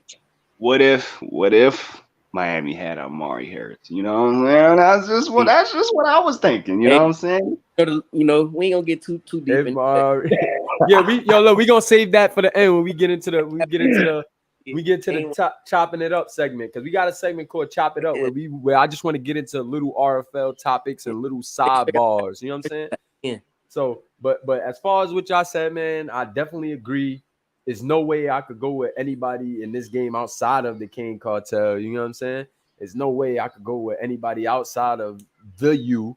You know, like it's just nothing about Louisville. Like CP said, they don't have no weapons, bro. They got a good, decent running back. But when you're going against that Miami defense, I don't think that you're going to, even if you have a decent running back. We ain't never got man on, though. That's the thing. Nobody ever, we don't get manhandled in the rushing game. Yeah, absolutely. And I don't think, I don't think it's going to happen against them. Even though they do have a good running back, I do not think that he's going to be able to have a night against the Canes. I think he ends with maybe like 77 yards on like 20 carries, which is decent. But then the quarterback play just won't be enough. It won't be. I see it being something like maybe like 35 to like 14 or maybe 42 to 45 to 14. Man, y'all better blow them boys out, man. Y'all hear how Dunn talking on his podcast. Hey, Better blow them boys up, man. Because if not, he gonna have a lot to say about Miami. You see, he ain't say nothing about Georgia when we won. But let us lose. Let us lose. Maybe if Louisville had Lamar Jackson or something, they'll be all right. Yeah, they don't got Lamar, so it's over. It's definitely over. And then like Hodge, bro, I just want you guys to take. I know it's still early, right? So maybe the same way Mitchie started the McCain train, maybe I'm just a little hype about the Hodge, whatever you want to call it, Hodge mania, or like whatever you wind up calling this. But I do think that we have to embrace what we see in firsthand. You know what I'm saying? Like, I do think we have to take in this moment, because I'm telling you guys right now that Darnell Hodge is going to be Tavion 2.0. And you guys are going to go back and look at his career at Miami, and y'all going to regret not enjoying this moment. Y'all going to regret not embracing the storyline of probably one of the best RFL running backs in history. Yes, I think Darnell Hodge will be one of, if not the best running back in RFL history, not college series history, RFL. Even better than Amir? Even better than Amir in Cam. And this is why. My God. No, hold on. This is why. I love Perk. I love Amir. They're amazing. However, this guy has 2 seasons out of school, right? He has 2 seasons out of school, which means we get to see him have 1 year, progress, get better as the year goes, and then we see him take over in his sophomore year. We see him take over, become the man, become Tavion 2.0, come in an injured all game, come back and single-handedly win the game. You know what I'm saying? This is what we get to see. We know KP struggles, but he makes the game easier for KP. It's like he went into the offseason and said, yo, KP, you know what? Yeah, we're going to work. We're going to get in the gym, but I got you this year. I'm going LeBron this year. I got you. We watching Tavion. Just give me the ball. And KP said, yo, you know what? I got you. I'm going to hand you off the ball. I'm going to throw you these screens. I'm going to throw it to you out the back. I'm going to trust you. And he's answering. I think we have to embrace this moment. Hodge is one of the most active people in the RFL, if not the most active. When it comes to reloads, when it comes to donations, he's that guy. And when you have a once-in-a-lifetime opportunity where that guy in the community becomes that guy on the field, we know that we can't control things in sim. But when it so happens to happen this way, trust me, it's special. It is special. I know Hodge is going to be here 5 to 10 years from now. You know what I'm saying? So can you imagine what his player is going to be 3 seasons in? Can you imagine 3 seasons in with upgrades from reloads? Can you imagine what Darnell Hodge is going to be? Bro, he's going to be on the Thunderbirds, bro.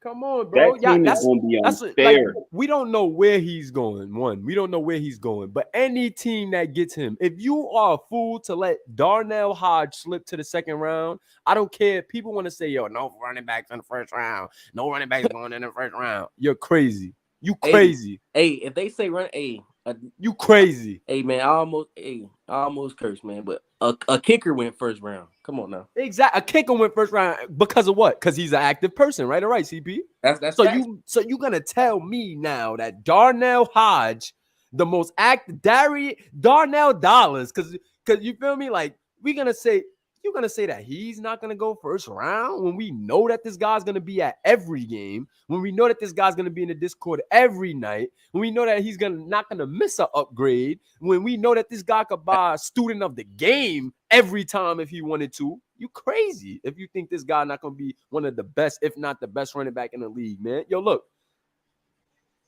Perk had his time, right? Amir had his time. They're already on RFL teams. They're developing. We seen the season out of them, right? It is Nelly's time, bro. It is Nelly's time. I'm telling you. And if you think that you saw Nelly progress a guy last year Hodge progressed a guy and a receiver who came in not being one of the best, and he ended off one of the best at his position. So what do you think is going to happen when he comes in the best? And let me just say this too. Hey, Amir. Well, let me start off with Cam. Hey, we already know I done played up against Cam in college series too. The man juked me out my shoes. I'm not even gonna lie. We know what Cam can do. I played with Amir as well. College series. I don't watch this man take back multiple 80-yard runs. But the thing that's different with Hodge is a power back, a speed back, and a receiving back. Thank you, CP. And the thing with Amir, like I said, I played with Amir, so I know this man like the back of my hand. He's a speed. I mean, Amir done ran people over too. But the thing is, he's mainly elusive back. He's elusive, but he's not. But I mean, like you see in the chat, I mean, Hodge is a unicorn, bro. He literally does everything, bro. Everything. Yo, I'm telling y'all right now. Listen, I'm about to give y'all a hot take right now. Because y'all know the Thunderbirds is in my division, is in my conference, and they got the number 1 pick. I got the 10th pick. I also got 30 and 31. I'm telling you guys right now, it's no way that if the Thunderbirds select if the Thunderbirds select Devontrez Sharkley or Caleb Houston, or if they just select whoever wide receiver 1 becomes, it's no way that the Houston Gunners don't select Hodge at 10. I'm telling you guys right now. Take it as a hot take. Blow up Discord. Do it all you want. Yes, I have 2 running backs. You heard it here first. You heard it here first. Yes, I have 2 running backs that had 1,000 yards last year. Yes, I'm telling you right now, if the Thunderbirds select the wide receiver 1, I am selecting Nelly Hodge at 10. There's no way I'm allowing a team in my conference to get Devontrez Sharkley and Caleb Houston and Hodge. It's impossible. It's impossible, bro. It's impossible, bro. This is an exclusive. I'm calling it right now. Yo, I have 30 and 31. I can go get my team. I have Dombrowski and I have Reggie Craig at linebacker, which means yes, Dombrowski's old and yes, he may retire. So yes, I may need a linebacker in the future. But Reggie Craig just was tackle leader of the year. He's an 85 overall, and he's a linebacker. So, yes, I would love to go linebacker, right? I would love to go linebacker or D lineman, which is things that I may need the most, but I don't need them that bad. I don't need them to the point where I'm going to allow the Thunderbirds, who I'm going to have to play in the championship or in the divisional every year, to get those young guys. Like, they already have a crazy stacked young team. You think I'm going to let them get those users? If Thunderbirds get Caleb Houston or Devontrez Sharkley, Nelly Hodge will be a gunner at 10. Unless somebody cut me off and gets him before 10, I'm picking him at 10. I'm just telling y'all the real, bro. I'll take my 30th and 31st, and I'll go get some depth on the defensive side at D-line and linebacker. I'm pretty sure it's going to be some serviceable guys still there, but I'm not about to let the Thunderbirds do that, bro. I'm telling y'all now, I'm not letting the Thunderbirds do that. Can you imagine what it would be with Sharkley, ESJ, and Hodge, bro? Do you think I'm stupid now? Like, you know what I'm saying? Like, we still playing Madden here, Smitty. You think I'm about to let you get away with that, Smitty? Like, Smitty, who do you think you dealing with here, bro? I went and got 3 first-round picks for a reason. I didn't have no first-round picks to begin this year, bro. So if you think, like, people will say, yo, you're going to waste a pick on a running back at 10? Waste? Waste? There's no way Hodge is a waste because I could trade my running back is 30, bro. He's 30 years old. He's about to go bye-bye. Yeah, real. Like, I feel like the whole thing with running backs not being selected in the first round, I feel like it is no such thing as a waste of a pick. If that's what you need, that's just what you need. Exactly. It's no such thing. Because think about it. Like, I'm being real. I'm going to take y'all down. Like, this is Boomcast. So even though I know we off the college topic, we still going to finish that. But this is Boomcast. So it's more so Gunners based anyway. But, you know, I'm glad I got you guys here to talk about it. But let's really talk about it. If I got the 10th pick, right, and I need a defensive lineman and I need a middle linebacker, right? Or not a middle linebacker, but I need a defensive lineman and a linebacker. Those are my biggest needs, guys. Those are my biggest needs, right? If KMJ goes, right, which we know he's going top, we know he's going before 10, right? Who? KMJ, Keegan. Oh, yeah. Keegan, right? We got Aiden Freeman. We got Aiden Freeman, who also is who also might go before 10. And those two are the best defensive linemen. Aiden Freeman and KMJ are the locks as the best defensive linemen as far as what we know right now, right? Right. Then we got Alvin Mack, one of the best linebackers as far as what we know right now. Then we got Daniel Severio, another great linebacker that we know as far as right now. If all of those guys go before 10, who is worth drafting at 10? Let me know. If you're the Houston Gunners, that you need that the Houston Gunners would need. Who? If you talk about if you don't go QB, then I don't see why not get Hodge. Exactly. So and then why would I waste a first round pick 10 on a QB when I have Jabri Jackson, which means that this guy's not going to start anyway. And then why would I pick one of these users who are not worth a 10th pick? You know what I'm saying? Well, we know Monty's going to be going. Say if Monty was user one. But you talking about your needs being like one of your needs being linebacker, right? Yeah, linebacker and D lineman. Hey, a lot of people sleep on Dion Bowe. You got Dion Bowe at 10?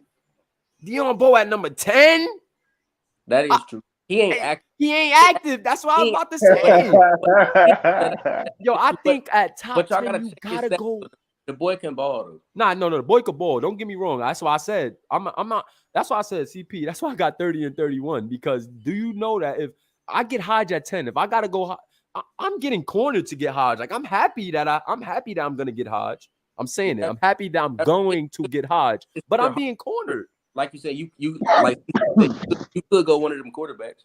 Yeah, I could go one of them quarterbacks, but why would I do that for him to be a backup? And he can't progress himself unless I get a user, which I know isn't QB1. That don't make no sense. You know what I'm saying? And then if I don't go Hodge, like I said, I'm being cornered to get Hodge. If I don't go Hodge with 10, that means that wide receiver 1 and halfback 1 is going to the T-Birds, bro. I have to play them every year, bro. This is chess, not checkers, y'all.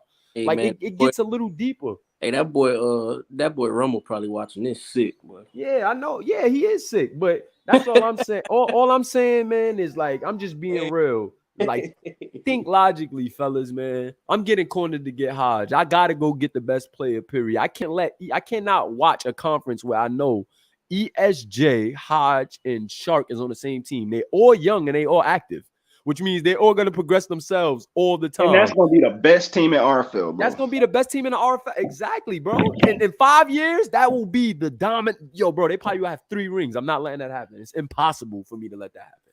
So, like I said, man, Nelly Hodge, he's going 10. Yo, shout out my boy Mick. Shout out that boy Nelly, man. That boy been putting in work.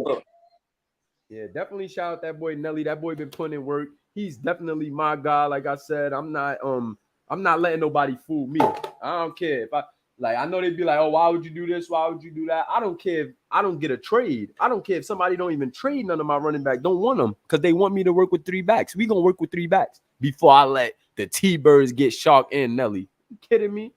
Yeah, that's not fair, bro. Smitty, you want to be ashamed of yourself, He Smitty. a slick dude. Yeah, he think he's slick. But that's what I'm saying. When the AR-15 come, man, it get different. But anyway, we went on that Hodge rant for a minute. I'm glad to see we got 21 guys. If you haven't already, hit that like button, hit that subscribe button. Who y'all got? Florida versus Tennessee. Tyon versus Chris Jones. That boy Tyon, man. I'm gonna go Tennessee. I got that boy Tyon. Y'all both got Tennessee? The only thing about Tyon, if you watching this, boy, stop running out the back of the end zone. Stop doing that. Don't be doing that. Stop running out the back of the end zone. I think that was him that ran out the back of the end zone, was it? Nah, yeah, that was on the safety. Back. Stop doing that. But other than that, man, yeah, I think they take the win. Killian, my bad, man. He said they thought that Hodge rant was gonna go on forever. My bad, bro. But I had to, bro. We was on Miami, and I had to let y'all know how I felt, bro. I'm telling y'all, Hodge gonna be the best running back ever, bro. I'm telling y'all, he gonna be the best. And look at Smitty. I hope you do draft Hodge for real. All right. So draft one of them receivers. If you draft one of them receivers, it locks it in. That's what I'm saying, Hodge. He did do it one time, but that's just one time. You don't do that as a quarterback. It only take one time. Don't be doing that. That's crazy. Nah, absolutely. Nah, he did. But I got Tyon too. I got Tyon too, y'all. I got Tyon on this one. Chris Jones is the highest overall quarterback in the series, but he don't got enough weapons around him. And it shows you what I think it kind of shows what happens when you got like a high-powered quarterback just around average players. Like I feel like you know, he has nowhere to go. And Florida look like they don't have nowhere to go. They look good on defense sometimes with that line and the linebacking core, but I just cannot confidently say Florida is going to beat this impressive Tennessee team this year. So it was a sweep for Tennessee. We all went Tennessee.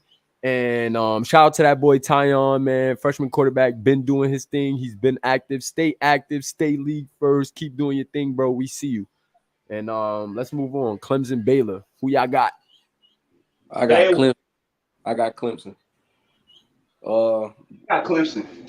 The way Tomo been looking right now, I don't think they get it done. Clemson got that boy. Well, matter of fact, hold on. I want to change my answer because I forgot. Clemson got them slow behind corners, so I think DJ Evans gonna take the top off Wobke or either one. I think both of them slow. So yeah, I think Baylor gets it done.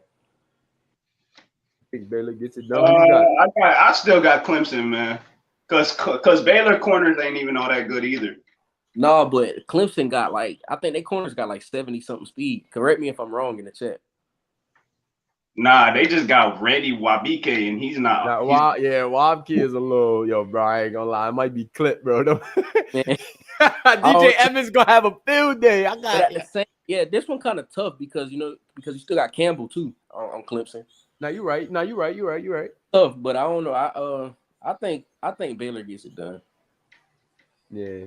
Nah, this is funny, yo. The chat is going crazy right now. Yo, wait till we get into Chop It Up segment, man. We're gonna talk about all this. Hopefully Smitty still got time and he stick around for the Chop It Up segment because that's where we're gonna get into more of that RFL talk. And hey, shout out Smitty. I didn't even know he was. Shout out to Smitty, yeah. Smitty here, man. Yo.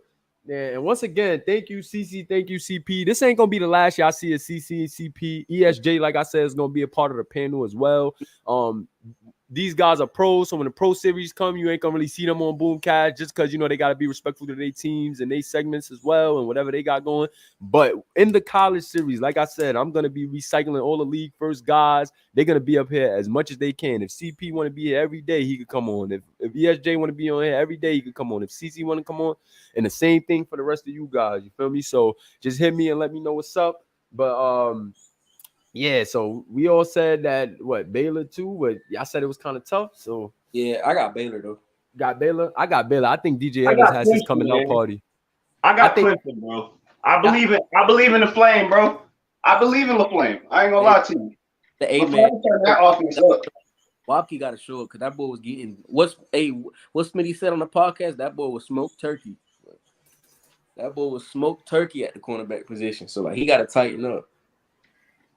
I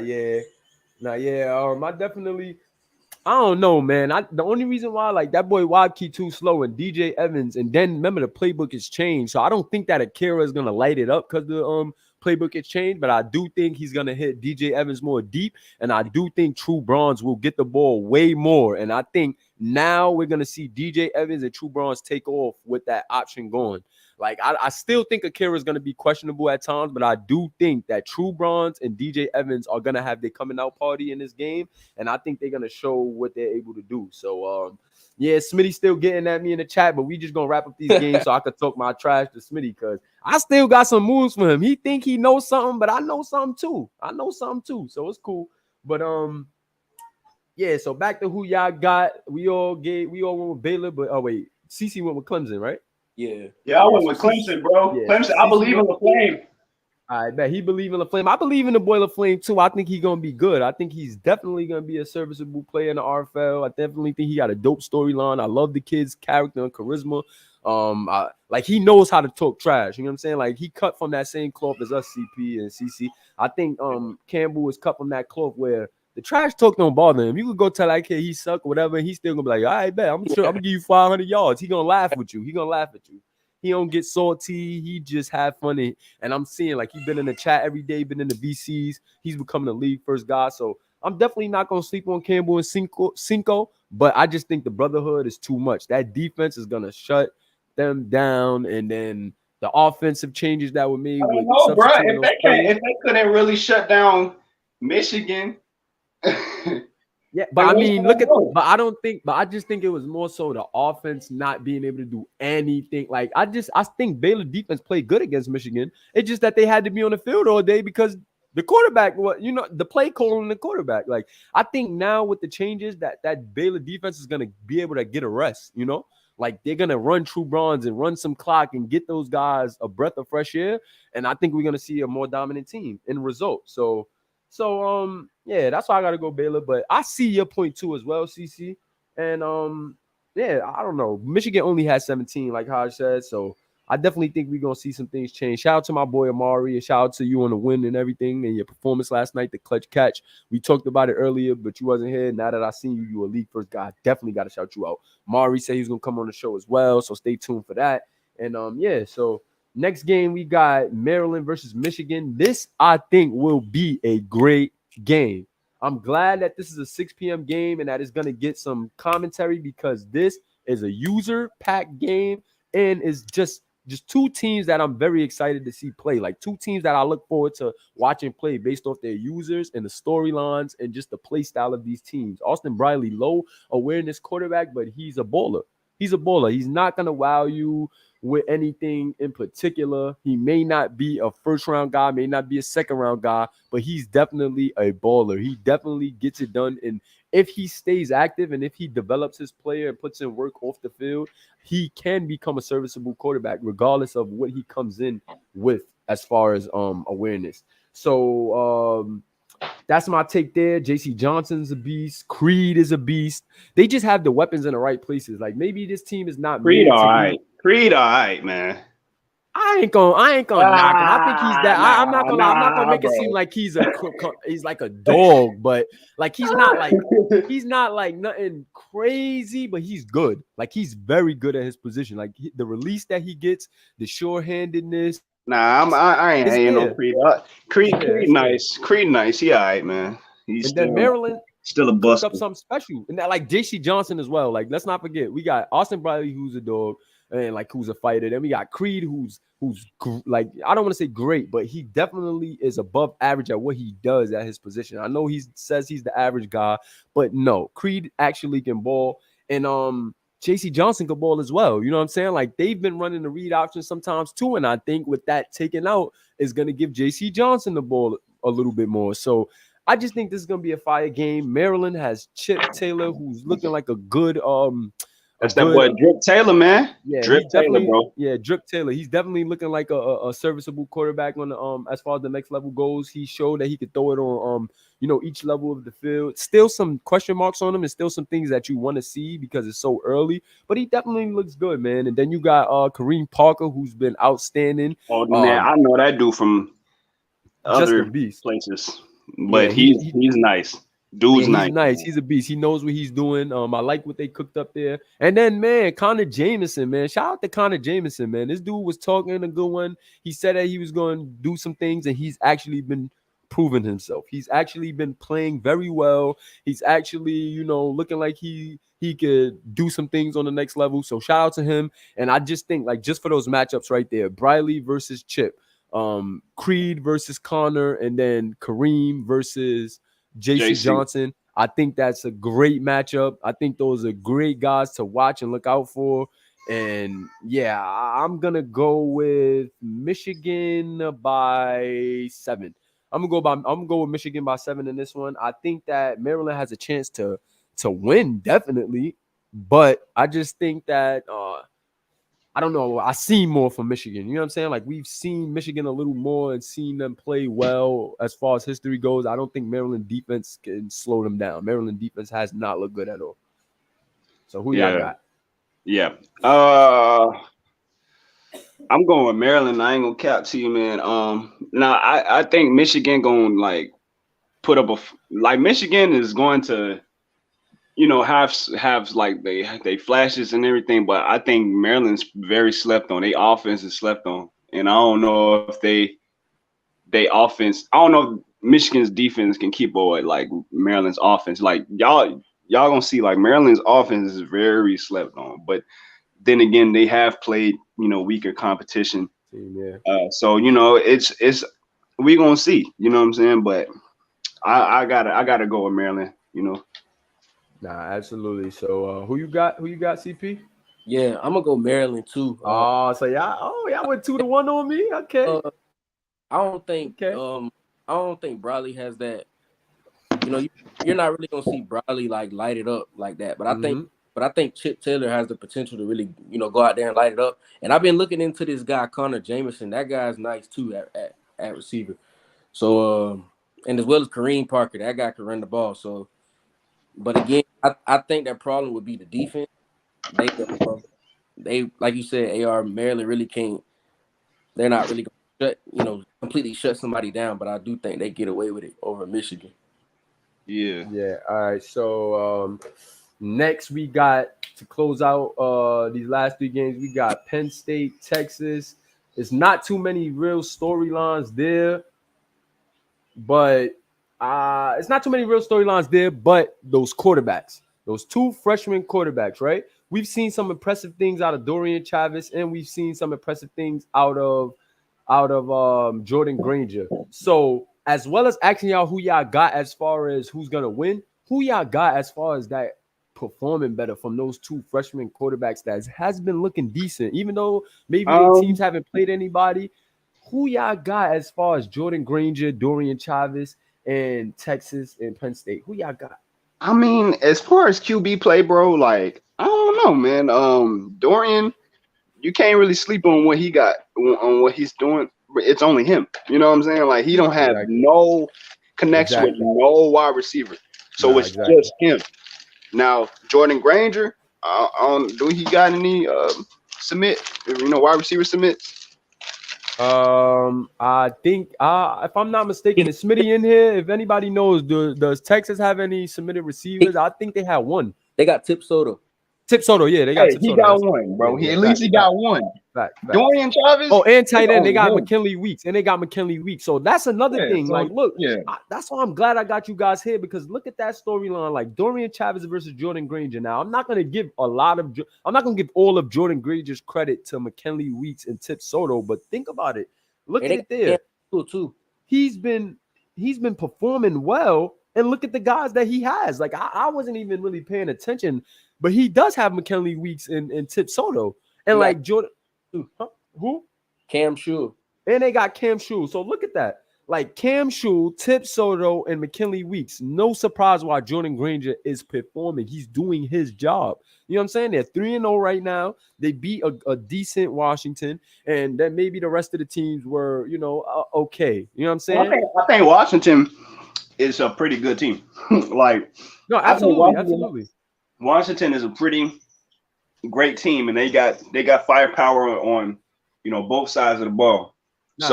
Absolutely. So with that win against Washington, Jordan Granger is impressive, but not for sure. But Chavis is just him out there. And what's their record? I get it. They 2-1 or 1-3 or what? I think Penn State is 1-3 if I'm not mistaken. Yeah. Penn State is 1-3, right? Yeah, I think Penn State is 1-3. They only beat Wisconsin, if I'm not mistaken. Yeah. Who? Shoot, I wonder who was watching that game. Who else? I was watching that game. That was actually a good game. That was actually a good game. I know you watching that game because that's your cousin and everything. Yeah. So, So Super Cam is Cam Shule. Shout out to my guy, Super Cam, man. Hashtag Cam in the chat. But yeah, man. So I definitely got to go with Texas in this one. I'm not gonna lie. It's nothing about Penn State that shows me they could win this game. I like Dorian Chavis, but I don't think he's gonna have enough in him to carry them to this win himself. So I definitely gotta go. Yeah, okay. So PSU is 2-1. They beat Auburn. Yeah, okay. Yeah, so Dorian doing his thing.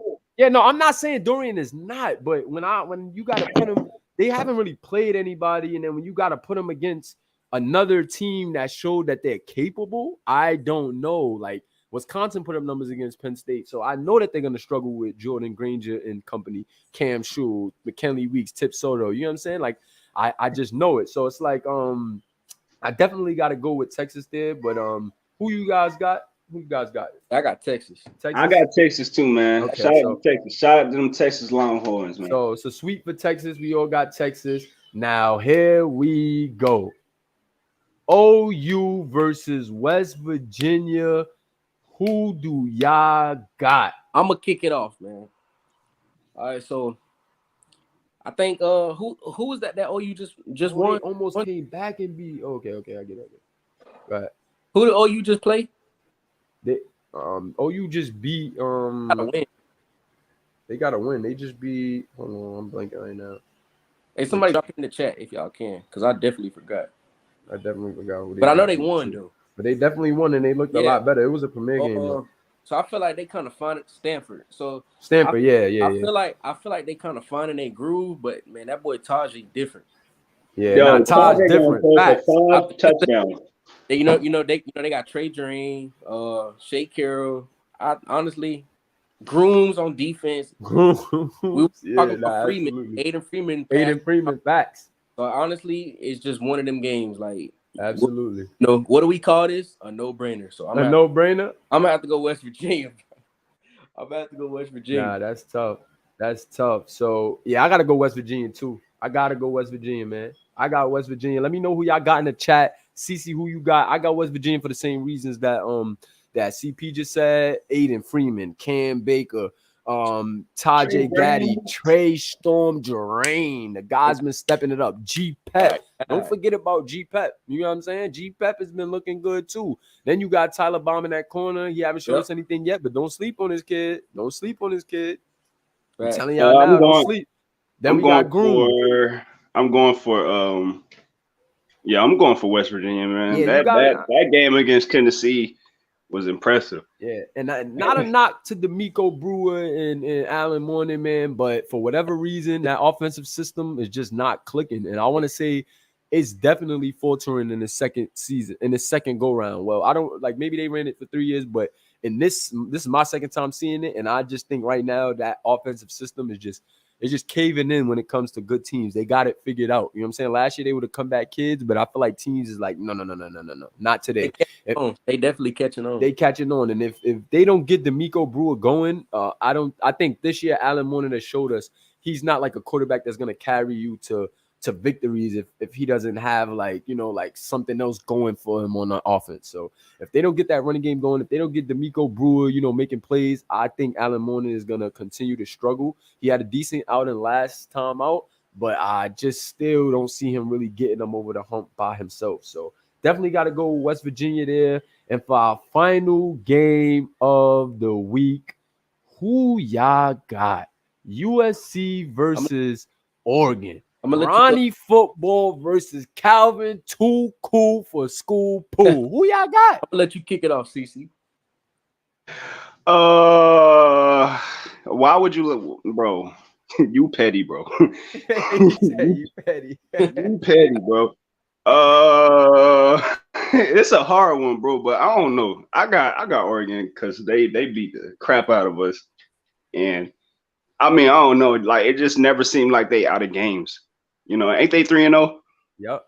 Yes, they are. So, in one of those games came back. They came back on somebody. I forgot who they came back on, but FSU. Yeah. Yeah, and shout out to Coach Baker, man. Thanks for stopping by. Thanks for showing some love, dropping a comment. Big game to finish it. Absolutely a big game. But CP, who you got? I'm gonna go USC for obvious reasons. They got that boy Calvin Poole under center. Kashawn Williams, solid weapon. Glenn Sharp, solid weapon. What's his name? Levi Dixon, great running back. As well as flipping onto the other side, Severio, the leader of that defense. I think that's. I just don't know, man. Carr. Nah, Carr's a beast. Carr's a beast. I mean, they got Don Bass, don't they? Yeah, Ron. They got Don Bass, Ronnie Shannon. But I don't think that. Hey, do me a favor. Say Don Bass fast. Nah.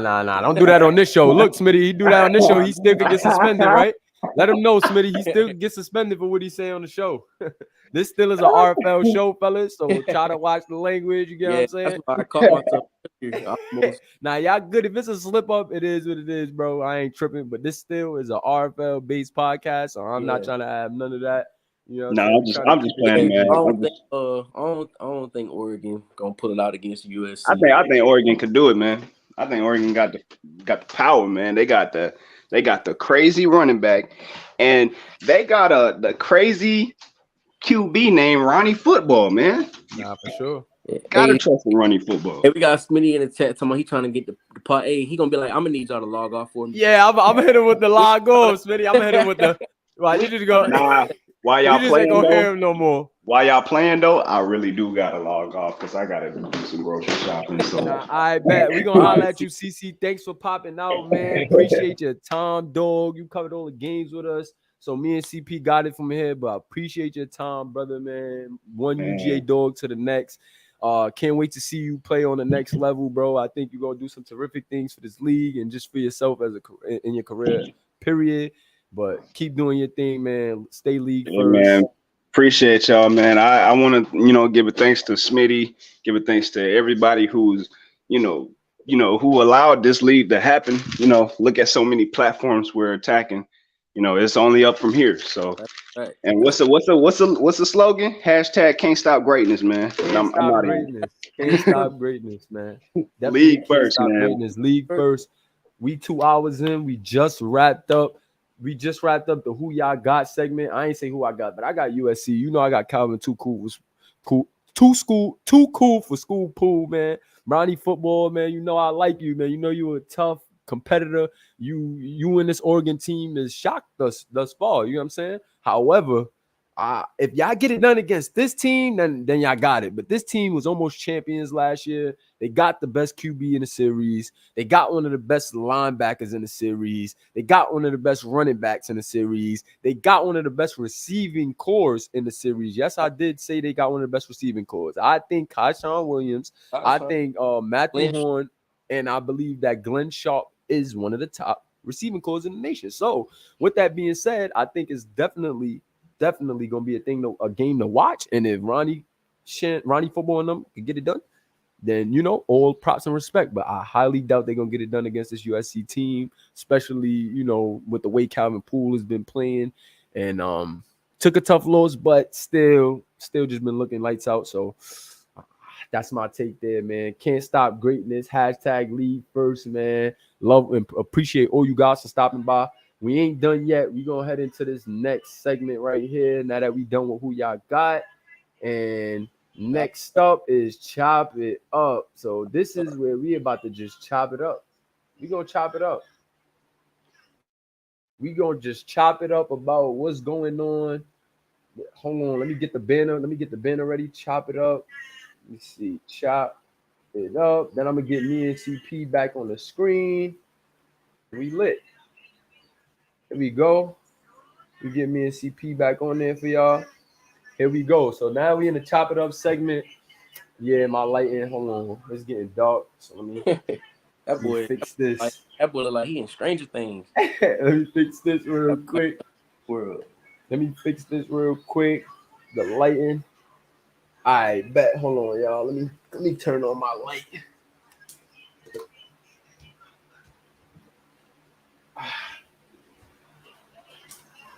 That ain't even help, but it's a little better. So now heading into the chop it up segment, CP, talk to me, man. RFL community, talk to me.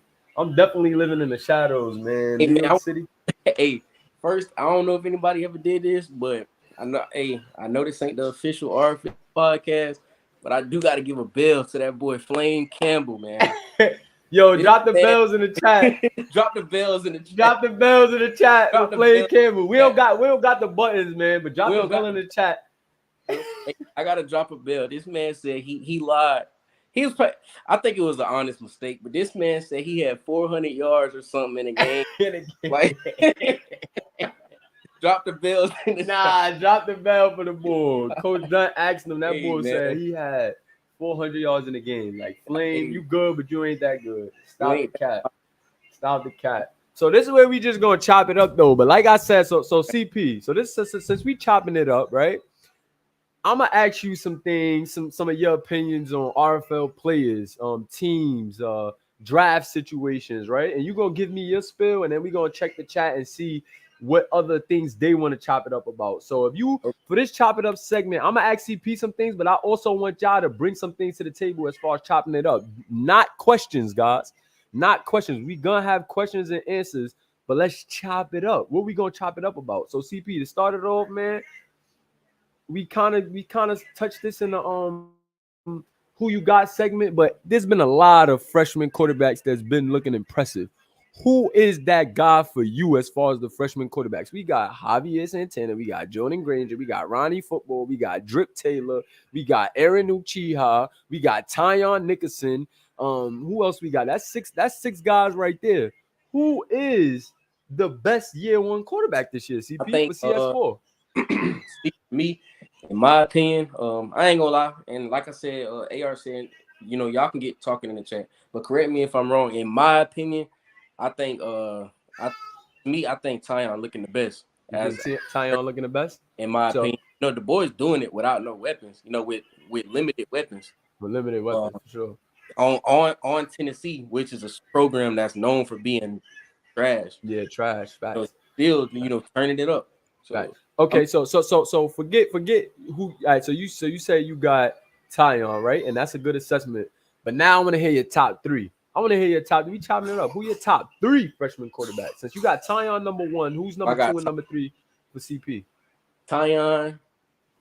I'm gonna throw Chip Taylor in that number two. And you know, even though at three, me and him go back and forth at it, I think Javier. So three. Javier, so you got Tyon Nickerson, Drip Taylor, and Javier coming in at number three for your freshmen. And, no, I'm tripping. Okay. I'm gonna have to go.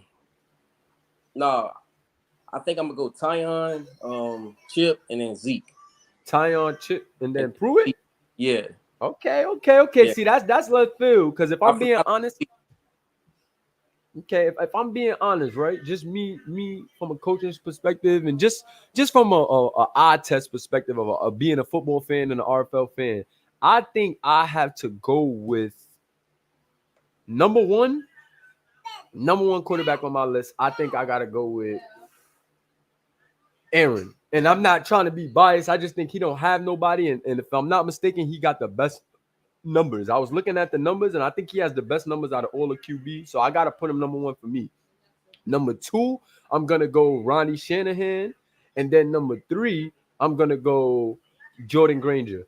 And I'm not taking anything away from the rest of the freshmen when I make that list.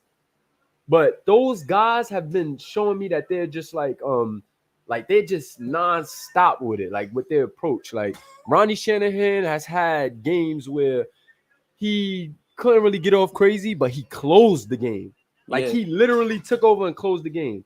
Jordan Granger has done everything that he's needed to do for Texas to be in the position that they're in. You know what I'm saying? Like if Jordan Granger doesn't make the right plays in certain situations, that team is different. And then Aaron, yes, they only won one game, and yes, they lost to TCU last night, but this kid is putting up a fight. It's like teams are scoring on him, but he's coming right back.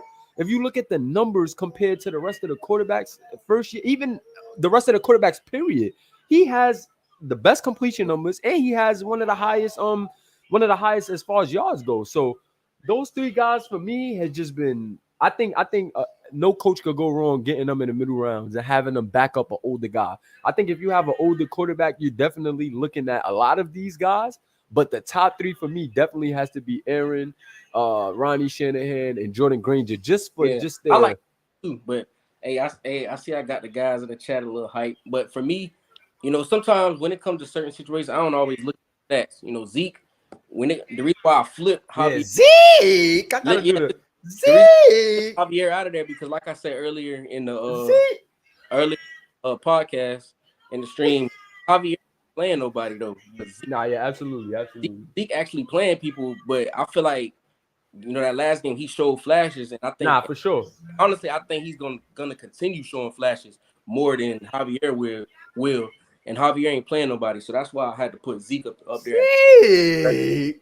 He gonna surprise some people. Nah. I agree with you. I'm just joking, but I definitely agree with the Zeke sentiment, though. I don't think that he's top 3. You get what I'm saying? As far as freshman quarterbacks, just because of the bad outing, but I do think though he's played some of the top teams, so you never know. He could go against these whack teams. You know, because I see Q in the chat saying Oregon and South Carolina, but even those 2 teams are better than both of the teams that Javier has played. No, absolutely. And like that's what I'm saying. Like I think when Zeke plays these cupcake teams, that's like exactly what you're saying. CP is. I think when people gonna start shifting and saying, "Hold on, nah, this Zeke kid is actually good." Like she's though, like yeah, nah, he does. I don't always put stats into everything. Stats don't tell everything. All the time. It don't. That's that. That was me. Nah, stats definitely don't tell a full story, and I definitely, like I said, I definitely have to agree with your sentiment on the Zeke thing because I'm not being biased that he just Georgia God because he's not in my top 3, but I do think that list is going to change significantly as far as the freshman quarterbacks go when he gets to play against some of these bad teams. Like with Honcho and Kalen Diaz, you think that he's not about to have crazy nights throwing deep against these teams with bad corners and slow secondaries? Like he's gonna go crazy too. So I definitely agree with you that he's gonna creep up. And Tyon wasn't on my list, but he's number 4 behind those guys. Like Tyon has just been so smooth. I seen somebody say that.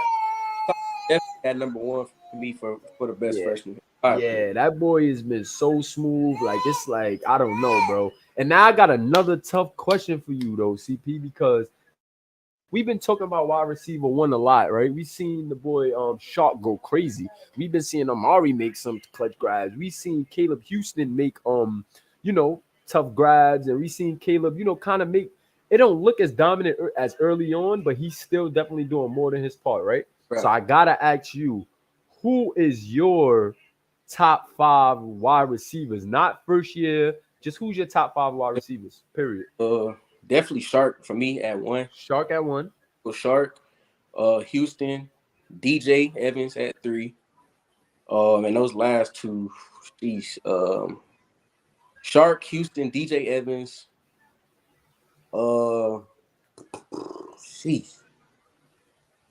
Yeah, I ain't gonna lie. I ain't really been paying attention too deep in the receiver. Shark, Houston, DJ Evans. I'm gonna throw Honcho in there. Honcho. And that 5th spot, that could be interchangeable. Hold on, mama. Hold on. I'm in the podcast. All right. But I want to see who y'all got at that 5th spot. Who y'all got in the chat? Because this is the Chop It Up segment. So I got my list. I'm going to post my list in front of me and CP for a minute so we could discuss that because I know y'all going to kill me about my list. I know y'all going to kill me, y'all. Y'all always kill me when I drop the list. Spot in the chat. Who y'all got in that 5th spot? Mari at 5.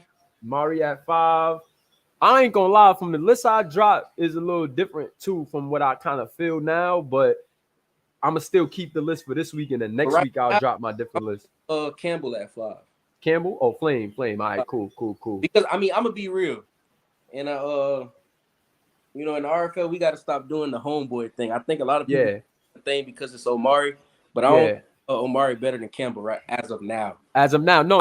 Omari strong. He know that, but I'm not gonna throw you in there just because you my homeboy. Nah, absolutely. I think I agree with you on that. I rock with Omari, and I definitely think that he is arguably wide receiver 3. He's definitely up there though. Yeah, like he's up there, but like you said, bro, I don't know if I could put him over a guy like Flame Campbell just because Flame could do what Amari does, but Flame makes more difficult catches than Amari. From what I've seen, like that 2-point conversion catch was amazing and clutch and difficult, absolutely. But Flame has came in and just been like mossing people and like like he been doing some Houston type of stuff, like. So I don't know, bro. Super Cam in the chat. That's what I'm saying. This season, Campbell's looking better. Amari. That's this season I think Campbell got Amari right now. We're not going off of last season. Last season is over. Yeah, last season is over. We kind of don't be super recency biased. Like don't still take into account. But if I had to choose between them right now, I may go with Amari because of history. Because Campbell only played 3 games. And he has to stay hot. But if Campbell just shows us if he continues to play the way he's played, he's past Amari to me. He's past Amari. If we talking history as in total, of course I gotta go with Amari because he got more experience. But I'm like me. I'm talking about now. Like I don't look at last season. That's over. Yeah. So, No. That's what I'm saying. Like you right, Q-Pac. Like I'm saying, like you're right in the sense that if we had to go over the overall picture, right?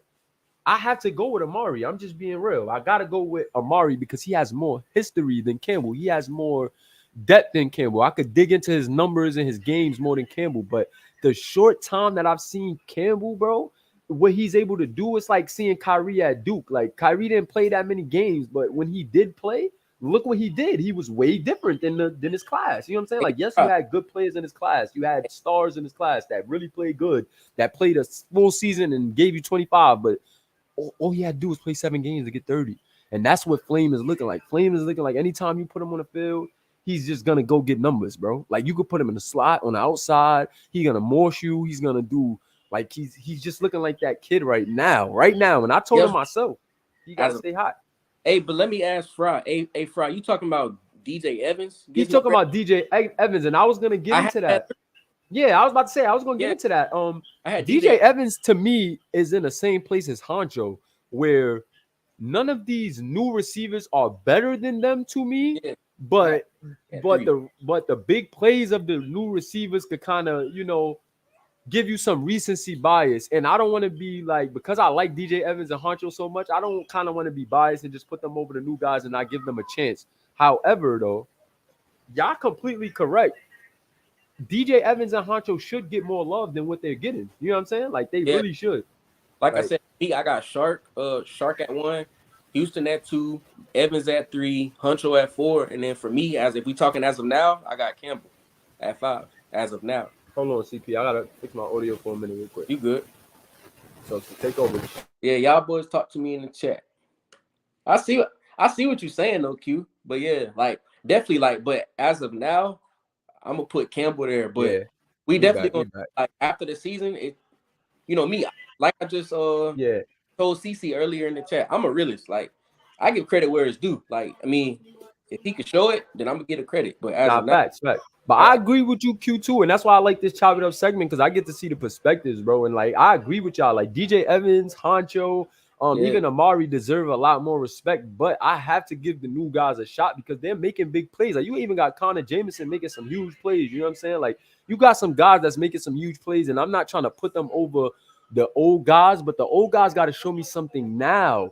Like those guys have to do something now. Like DJ, them names, they just don't. They don't want to accept change. I feel like we gotta accept change. Yeah, but facts. Like Honcho just had a great game, right? So. You can't still go crazy over that because of one, you know, like who they played in, two, it's the first big game, right? If he continues to do it again like he did last year, then it's no brainer he's over the new guys, right? But if some of the new guys are having crazy games and doing certain things that he didn't even do last year, it's hard for me to put him over them just because he got an extra year of work, you know? But we definitely got to see at the end of the year, but I would agree. And then Trey Durain, see, he's a different story. Trey Durain was not on Honcho and DJ Evans level last year, but this year he has an opportunity to pass them. Like, you know what I'm saying? Like, he literally has an opportunity to pass them. And then DJ Evans and Honcho has a unique opportunity to seize the moment while Caleb Houston is cold. They have to seize the moment while Caleb Houston is cold. And I'm not saying Caleb Houston is cold like he's playing bad, but he's not wowing us like last year as of now. Like they on a bye week too, so this their chance. Hey, that's what I'm saying. This is their chance. Like Honcho has to go crazy. DJ Evans has to go crazy because this is your opportunity to say, yes, I could compete with Honcho. Yes, I could compete with this person. Even Cam Reed. This is his chance to show. It's a small window. Exactly. Bro, that's what I love about sports. It's a small window and you have to seize the moment. You know what I'm saying? Like you have to. Like. And like you said, like Houston not putting them godly numbers, but he's still great, Hodge. But what I'm saying is to the other guys who's creeping on the list, you have to seize this moment of opportunity and take Caleb's spot. You have to. If you don't, it's gonna be tough, bro. Trey Durain, you have to seize the moment. Yes, you've been playing good, but keep playing good. Play good against a good team now. Play good against a good corner now. Make a highlight play against a good corner. More CC when you play him. More Joe Howard when you play him. More like, you know what I'm saying? Like this is what you have rooms on your team, so you're not gonna play against him, but you have to do something against somebody that's good. Cam Reed, it's the same thing. DJ Evans is the same thing. I'm not gonna give you guys I can't just give it to you guys because of last year and because of certain things. I have to see it now. Or because you my homeboy. Or because you my homeboy. Yeah, I can't. We got to do it now, bro. Show me something now. This is y'all chance to take those guys' spots now. Hodge was not running back one last year. Hodge was not my favorite running back last year. He wasn't. But with the potential I seen in him last year and how he turned that potential into product this year, it's a no-brainer. That's why I'm going so crazy about him. For him to improve like that, that's storyline. That's depth. That's character. You know what I'm saying? And that's what you want to see. So yeah, I think I seen some things. I think I seen Coach Baker post something interesting. So I'm trying to see what's up. Let me see. Yeah, this was a topic that Smitty really couldn't talk about. But I seen Coach Baker post something. He said, "Do you think any of your top 3 year one QBs should come back for a second college season?" So CP, I'm gonna let you answer that first. We could do chop it up and question and answer together. So it's just like a whole thing. Instead of calling this segment question and answers, we'll just do chop it up. And you guys put some questions, put some statements out there, put questions and statements. Because I want to bring up you guys' like profile, how I'm bringing up this, so that way the viewers can see what we're talking about in depth. So put statements, hot takes, and questions in the chop it up series. So yeah, start it off, CP. But answering Coach Baker's question, do you think any of your top 3 year one quarterbacks should come back for a second college series? My bad. I'm gonna say yeah, only because the need for quarterbacks is not really a thing in the RFL. I mean, maybe like a few, like you yourself, Jabri about to get old, so you might back up. Absolutely. The Huskies just got what's the name? Holden Wolf. They gonna need a new quarterback soon. It's only slight teams that need quarterbacks and the rest don't. So I feel like for a better chance, just stay in college, keep being active, keep stacking up your reloads. For sure. Get a chance. And for sure. One guy that I was talking about earlier, he wasn't in my top 3, Baker, but Javier, like I was saying, I feel like he doesn't really play competition like that. So maybe next year, if he get a tougher schedule next year and he play like TCU, Georgia, absolutely, actually play competition, absolutely, he can really prove himself and then maybe get a shot. Like dang, like a coach would be like, dang, like he actually can play against these big absolutely teams. Shot. So I think all these first year quarterbacks should stay, all of them. All of them, not and I'm gonna answer now, and I share that similar sentiment as CP. I think that most of them should stay, and I'm just hoping the right ones make the right decision. You know what I'm saying? If that makes sense. I think most should stay, but I hope the right ones make the right decision because I'm in a unique situation, and a lot of other coaches are in a unique situation to where they have their starters, but their starters are beginning to age. So I think some of these guys could seize an opportunity in being a serviceable backup until that good veteran leaves these RFL teams. I think this is the class of serviceable backups. Like, I think that this is the class where you mold your backup. You know what I'm saying? Like, this is the class for coaches to take those little select few guys and mold them. Like at first I was kind of like all in on going with like a Calvin Poole, like a sure shot that I could develop and then building around that. Yeah. But now when I think about it and when I see these user quarterbacks be active and I see them perform, it's putting me in a place where maybe now I think like I could get a first year quarterback later rounds, and as long as he's active and he showed in year one that he has talent, he's a project for when Jabri goes. You know what I'm saying? Right. Like that's I can let him. That's all. That's what real life. Like yeah, exactly. These backups, and then they just getting them.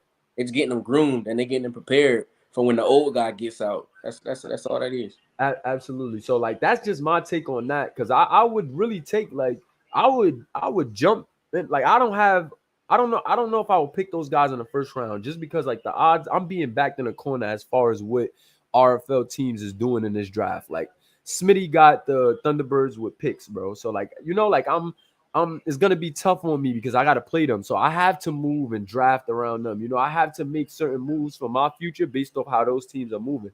So where before I was a little more content with taking a backup like Calvin Poole so early and like developing him, now it's putting me more in a place where I need more talent for now. You know what I'm saying? Like I need a backup now I need a backup, but I don't need to go first round for a backup. I need the top talent, whether it be future, you know what I'm saying, in a position that matters. And I need to, like I kind of got to leverage that. And then exactly. Yeah. And then I need I still got two other late picks, or maybe one late first pick where I could still get somebody that's serviceable, like with somebody that can do something. So that's my take there. Right. And I seen some more statements where it was saying all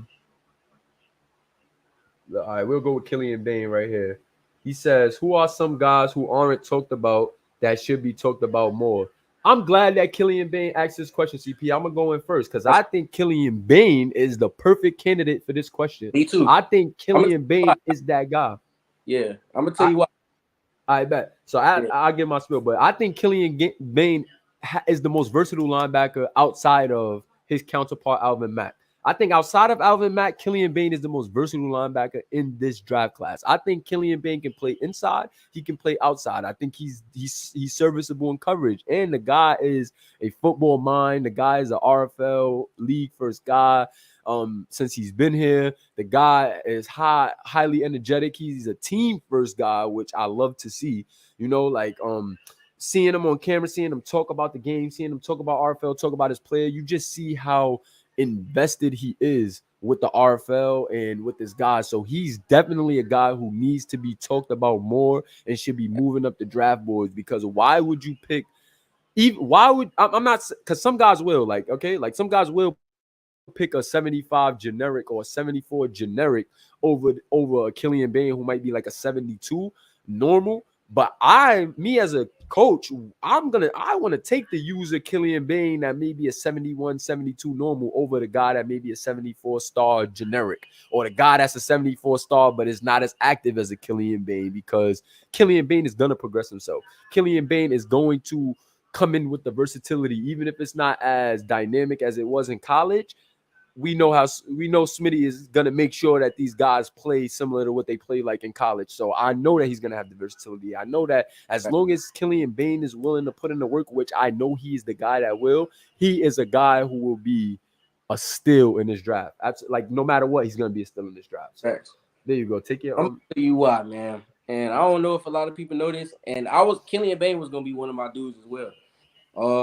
A lot of people don't know he was playing outside linebacker. He just switched to defensive end, being a pass rusher now, and he's doing even better than he was before. I don't know, a lot of people don't know. That's a fact, bro. Pass rushing is hard. It is. That's hard, and he's doing it like he just been doing it. So yo, that's crazy. And not bias. Another dude, he's not active. I wish he was, but Dion Bowe. I was going in next. Dion Bowe, he can run. I was going in next. He gets picks. He got 3 interceptions on the year so far. So he can like I said, he can pass cover, run coverage. He can hit. So only thing he can't do is pass rush. But absolutely, those guys that don't really get talked about too much. For sure, Dion Bowe is on my list too. Or it's a whole bunch out there that I'm thinking on.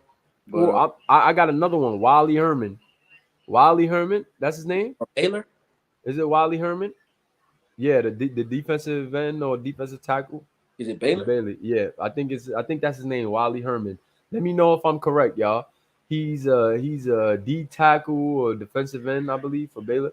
Yeah, I believe that's him. But that guy right there, that's another one. Like he's another guy that if you watch him, it's like I would have to get with the Baylor guys to see how active he is first. But I believe I seen him around. Matter of fact, I do see Wally around. I'm not even tripping. I see Wally around. He talks. So play for. And that's another guy who you have to keep an eye on, because I'm in a position where I need D-line. So if you're in a position where you need D-line, I might be giving up some sauce, but he's a guy that looks to be an active user. He's going to be able to upgrade, and he does his thing amongst this stacked Baylor defense. He does his thing. I'm telling you guys are going to have to watch this show, because we're going to have all the steals, because I'm telling you, I pay attention. Dion Bowe, Wally Herman, those are guys, Killian Bain. Those are all guys that should be talked about more. Those are all guys who may not be the cover of the podcast, but they can absolutely get it done. Like absolutely get it done at their positions. Another guy that I like is Jace Jordan from West Virginia. Another guy, Tyler Bowman. I think he has potential. Yeah, corner. Jalen Horton, out of Georgia. Yeah, that's another guy who I think has a chance. Glenn Sharp. I know we kind of did talk about this guy, but I don't know if he's talked about enough because like crazy. Yeah, like he gets separation for a tight end, and like I spoke to him. I seen him. I just seen how he's been moving in the community ever since he joined, and he looks like he's going to be a steal at that position as far as activity goes and as far as his build and his makeup. Another guy, Kyshawn Williams, maybe another receiver who I think is kind of falling under the radar because we have a lot of good defensive receivers. I think Kyshawn Williams will be serviceable. Diaz from Georgia, but he not active though. Oh yeah, Kalen Diaz, another guy. AG3 from Miami. Yeah, definitely. AG3, super active guy, run support corner. You keep playing with that guy. Jay Watt from UNC. From UNC, another receiver. Erdman. What's the other receiver from Michigan? Not Creed, but the other guy. That guy's a problem too. So it's a lot of guys. What's the name?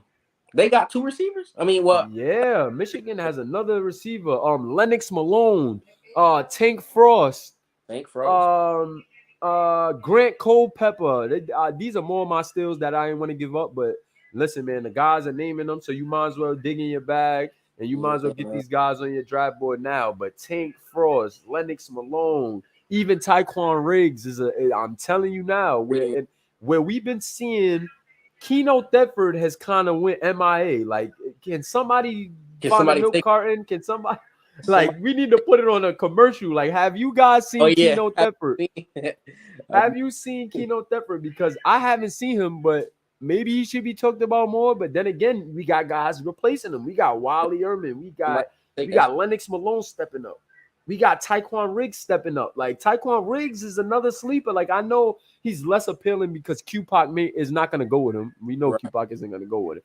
But to have a generic that you may want to see good things and develop, if you're a coach that, have a need in the later rounds and you want to develop him as a young player, these are guys that you might want to look into. Tank Frost, Lennox Malone, because I don't know how active these guys are. I've asked around and they aren't that active. They don't have reloads. I've checked the reload list.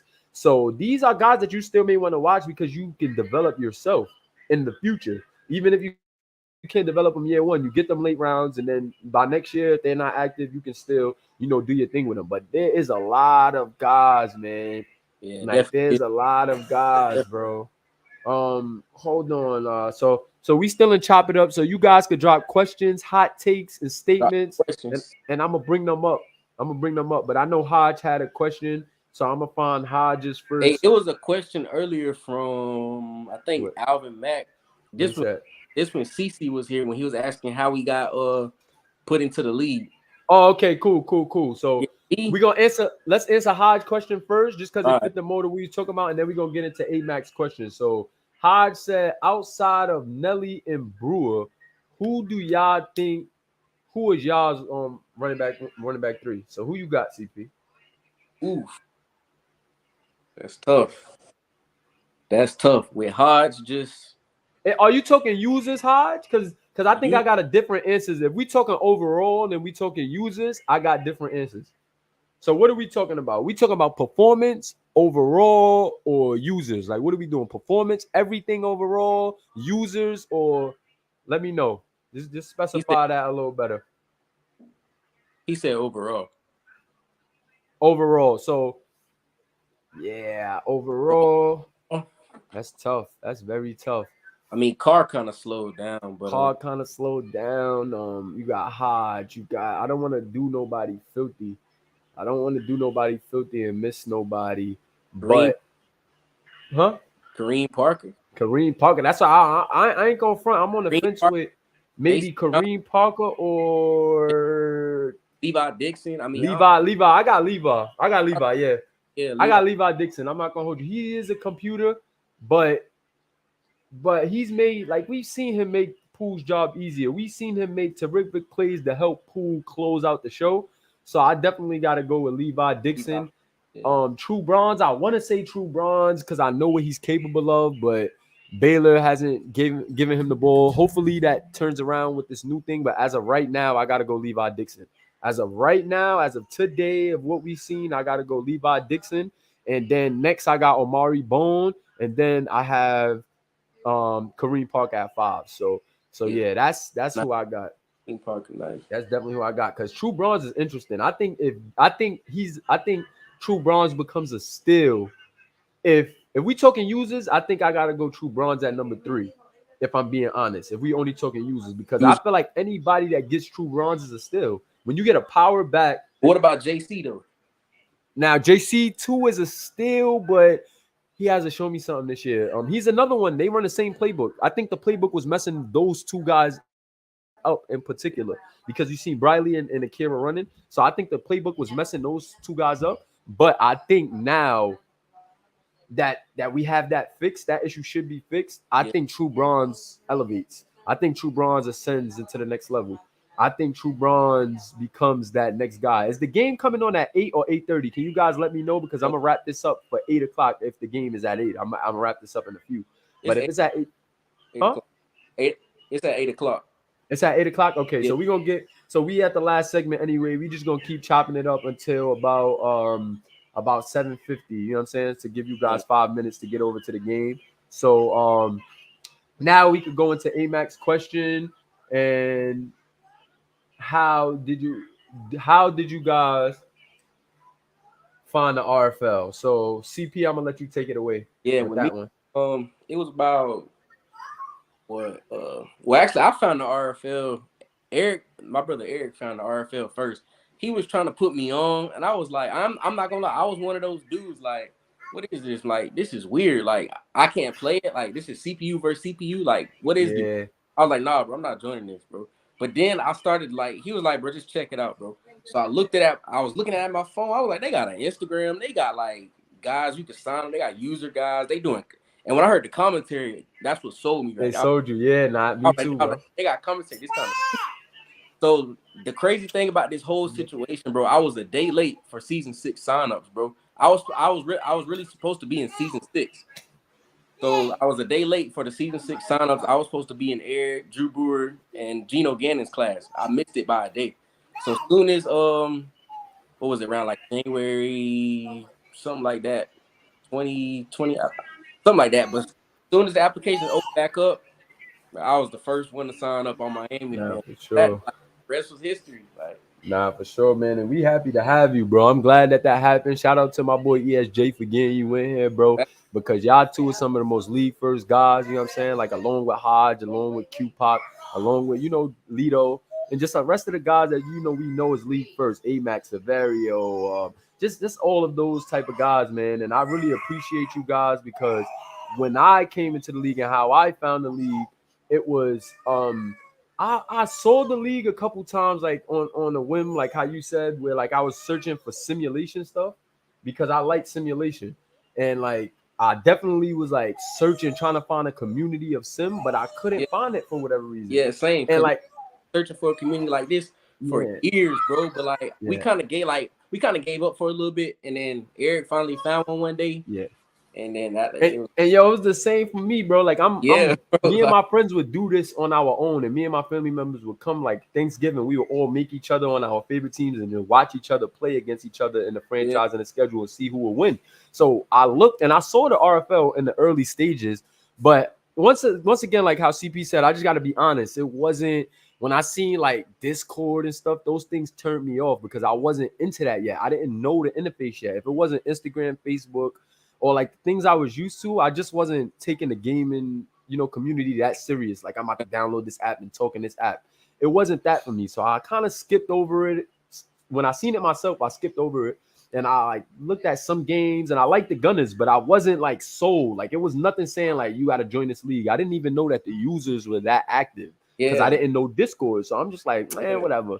I'm hearing Smitty talking, but he wasn't as professional as he was now at this point, So like, it was just like, nah, I don't know. I ain't going that hard for it. But then, next thing you know, I get into other sim leagues. So I started finding sim leagues on Instagram, And I'm seeing now the community I want. People posting their players on Instagram, people engaging, people having little riffs about, oh, I think my player better. And I'm like, oh, yo, I got to sign up. So I went to like a couple of smaller leagues before the RFL, and I was playing in them, and all everybody kept saying was, yo, bro, yo, you take this joint serious. You need to be in the RFL. The RFL is that league when it comes to the serious version of this. And I was like, man, I looked at them, but they got too much with the sign up and the waiting list. And I don't know if I could do that. But they like, bro, I'm telling you, if you just get through it. Yeah. And next thing you know, Max had hit me up. And Max was like, bro, like I see the rifts and I see your frustration with some of these other communities. If you came to the RFL, that's the spot for you. Like, that's where the guys who go hard for sim need to be. And you're that type of guy. Like, he like, yo, we're advancing every day. We're implementing new things because Max is part of the front office. So he wasn't giving me an inside spill, but he was kind of putting me on the things that were coming for the league before I could actually go and see it. Like, forget the website because we ain't update this, but this is coming. And I'm like, oh, word. Like, okay, so it's that fire. And then he like, yeah, I'm about to be a coach and this and that. And when he became a coach, that's when I kind of like took more of a step towards like leaning towards the RFL. Once Max became a coach, he took a step back from the league we were in. And when I seen that, I'm like, okay, cool. Max was serious when it come to this. So if he took a step back, it must be something with that RFL. And like, he's like, yo, I'm a head coach now, bro. So I can't really, chop it up with y'all as much as I used to. But yo, I'm gonna let you know when the signups come. I want you to be quarterback for my school. I got a player at a school. I want you to be a coach. Be a player. So I'm like, cool. I made my quarterback AR-15, and I'm like, okay, the West Virginia dudes didn't like me. I'm gonna keep it a buck. I was too, I guess, like, more so on the mature side. I didn't want to talk about, kiddie stuff. And when they were, I know a lot of times probably you was just too like what's the word, like outspoken. Yeah, too outspoken. Yeah, a lot of people don't like guys like us, bro. Man. Exactly. And that's exactly CP. And that's what I ran into. I noticed that they were younger and that they wanted to fool around and talk about, nonsense. And not that that's not a thing, because if that's the culture for your team, by all means, get it done, do your thing. But for me, that wasn't it. And Max brought me in and he was like, yo, look, don't let them ruin it. This is just college series. College series is nothing compared to the pro series. Get your player in, do what you got to do. But I wanted like a team feel. And when I got in the Discord, I was seeing that some people, it was CPs in there. There was Litos in there that was like saying like, yeah, like this. Like, oh, I want that. I want that. Hey, yo, bro, you breaking up a little bit.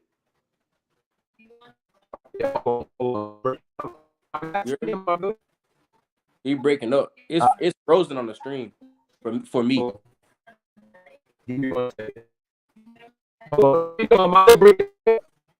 Yeah, they in the chat saying it's lagging for them too. Okay. That boy Eric.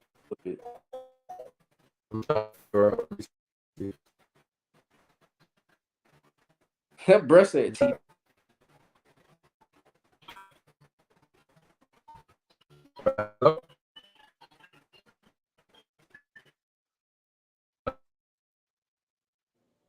Oh man, that boy done dipped out.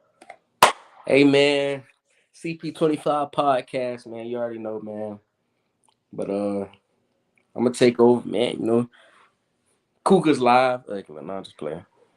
But yeah, y'all drop some more questions in the chat for me. It's all me now. And they talking about, hey, man, Miami Kane Cartel podcast. Drop whatever y'all want in the comments, man. I don't hijack the Gunners podcast, man. I should go throw on the Cougar shirt though. Y'all drop some questions for me. What we got in the chat. Top 5 offenses and defenses this year. He talking about your show, not CP. Offense, like I said earlier, I'm gonna go to TCU, Ohio State. Don't give me line, bro. I ain't no cap. I don't be paying attention to everything. I'm gonna give you my top 3. So I'm gonna go TCU, Ohio State, and between USC, I think I'm gonna give it to USC. West Virginia looking good too. Y'all drop some questions though. Defense, of course, Miami, Ohio State, and Baylor.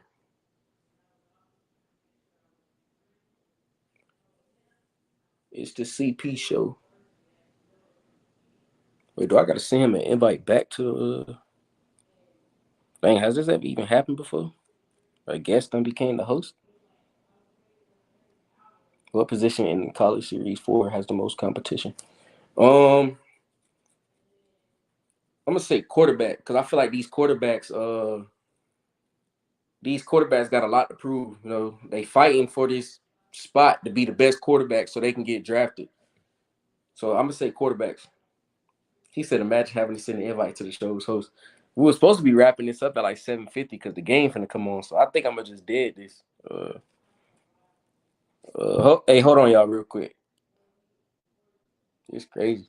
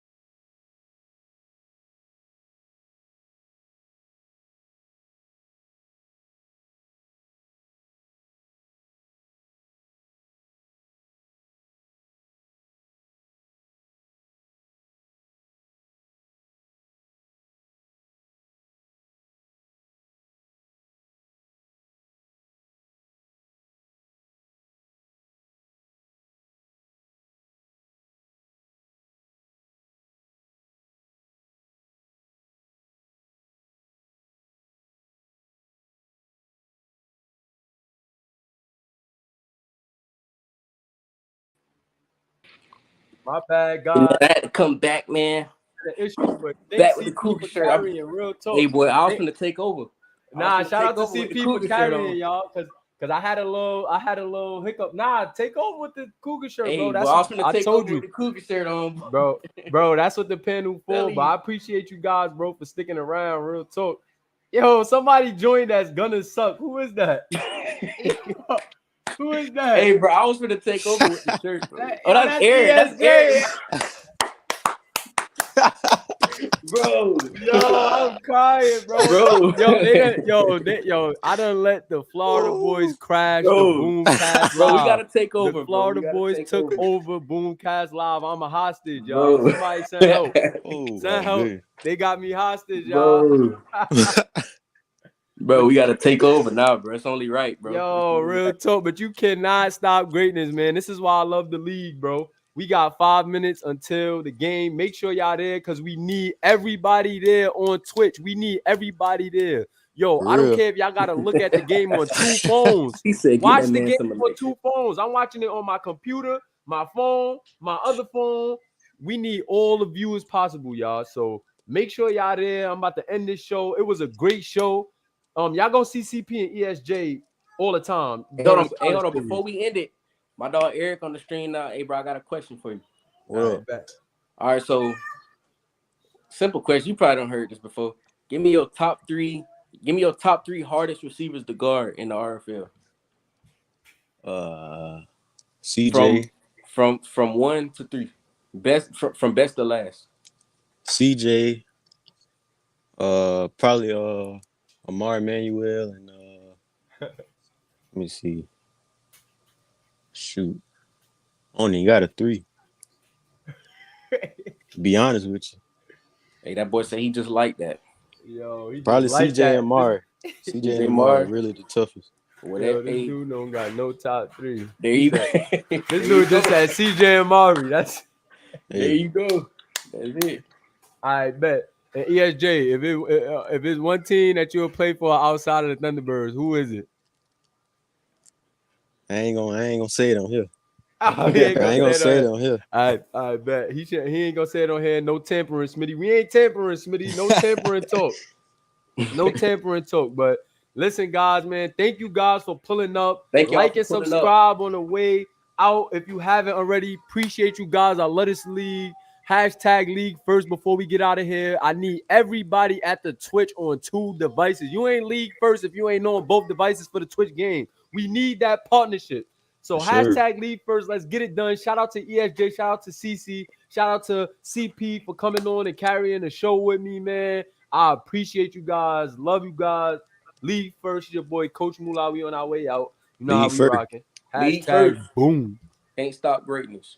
Can't stop greatness, y'all. Make sure y'all at that game on 2 devices, or I'm not jacking y'all no more. No, I'm finna help mine up now. Cougars game, man. Year 2 loading. League first from the commission himself. See y'all at the game.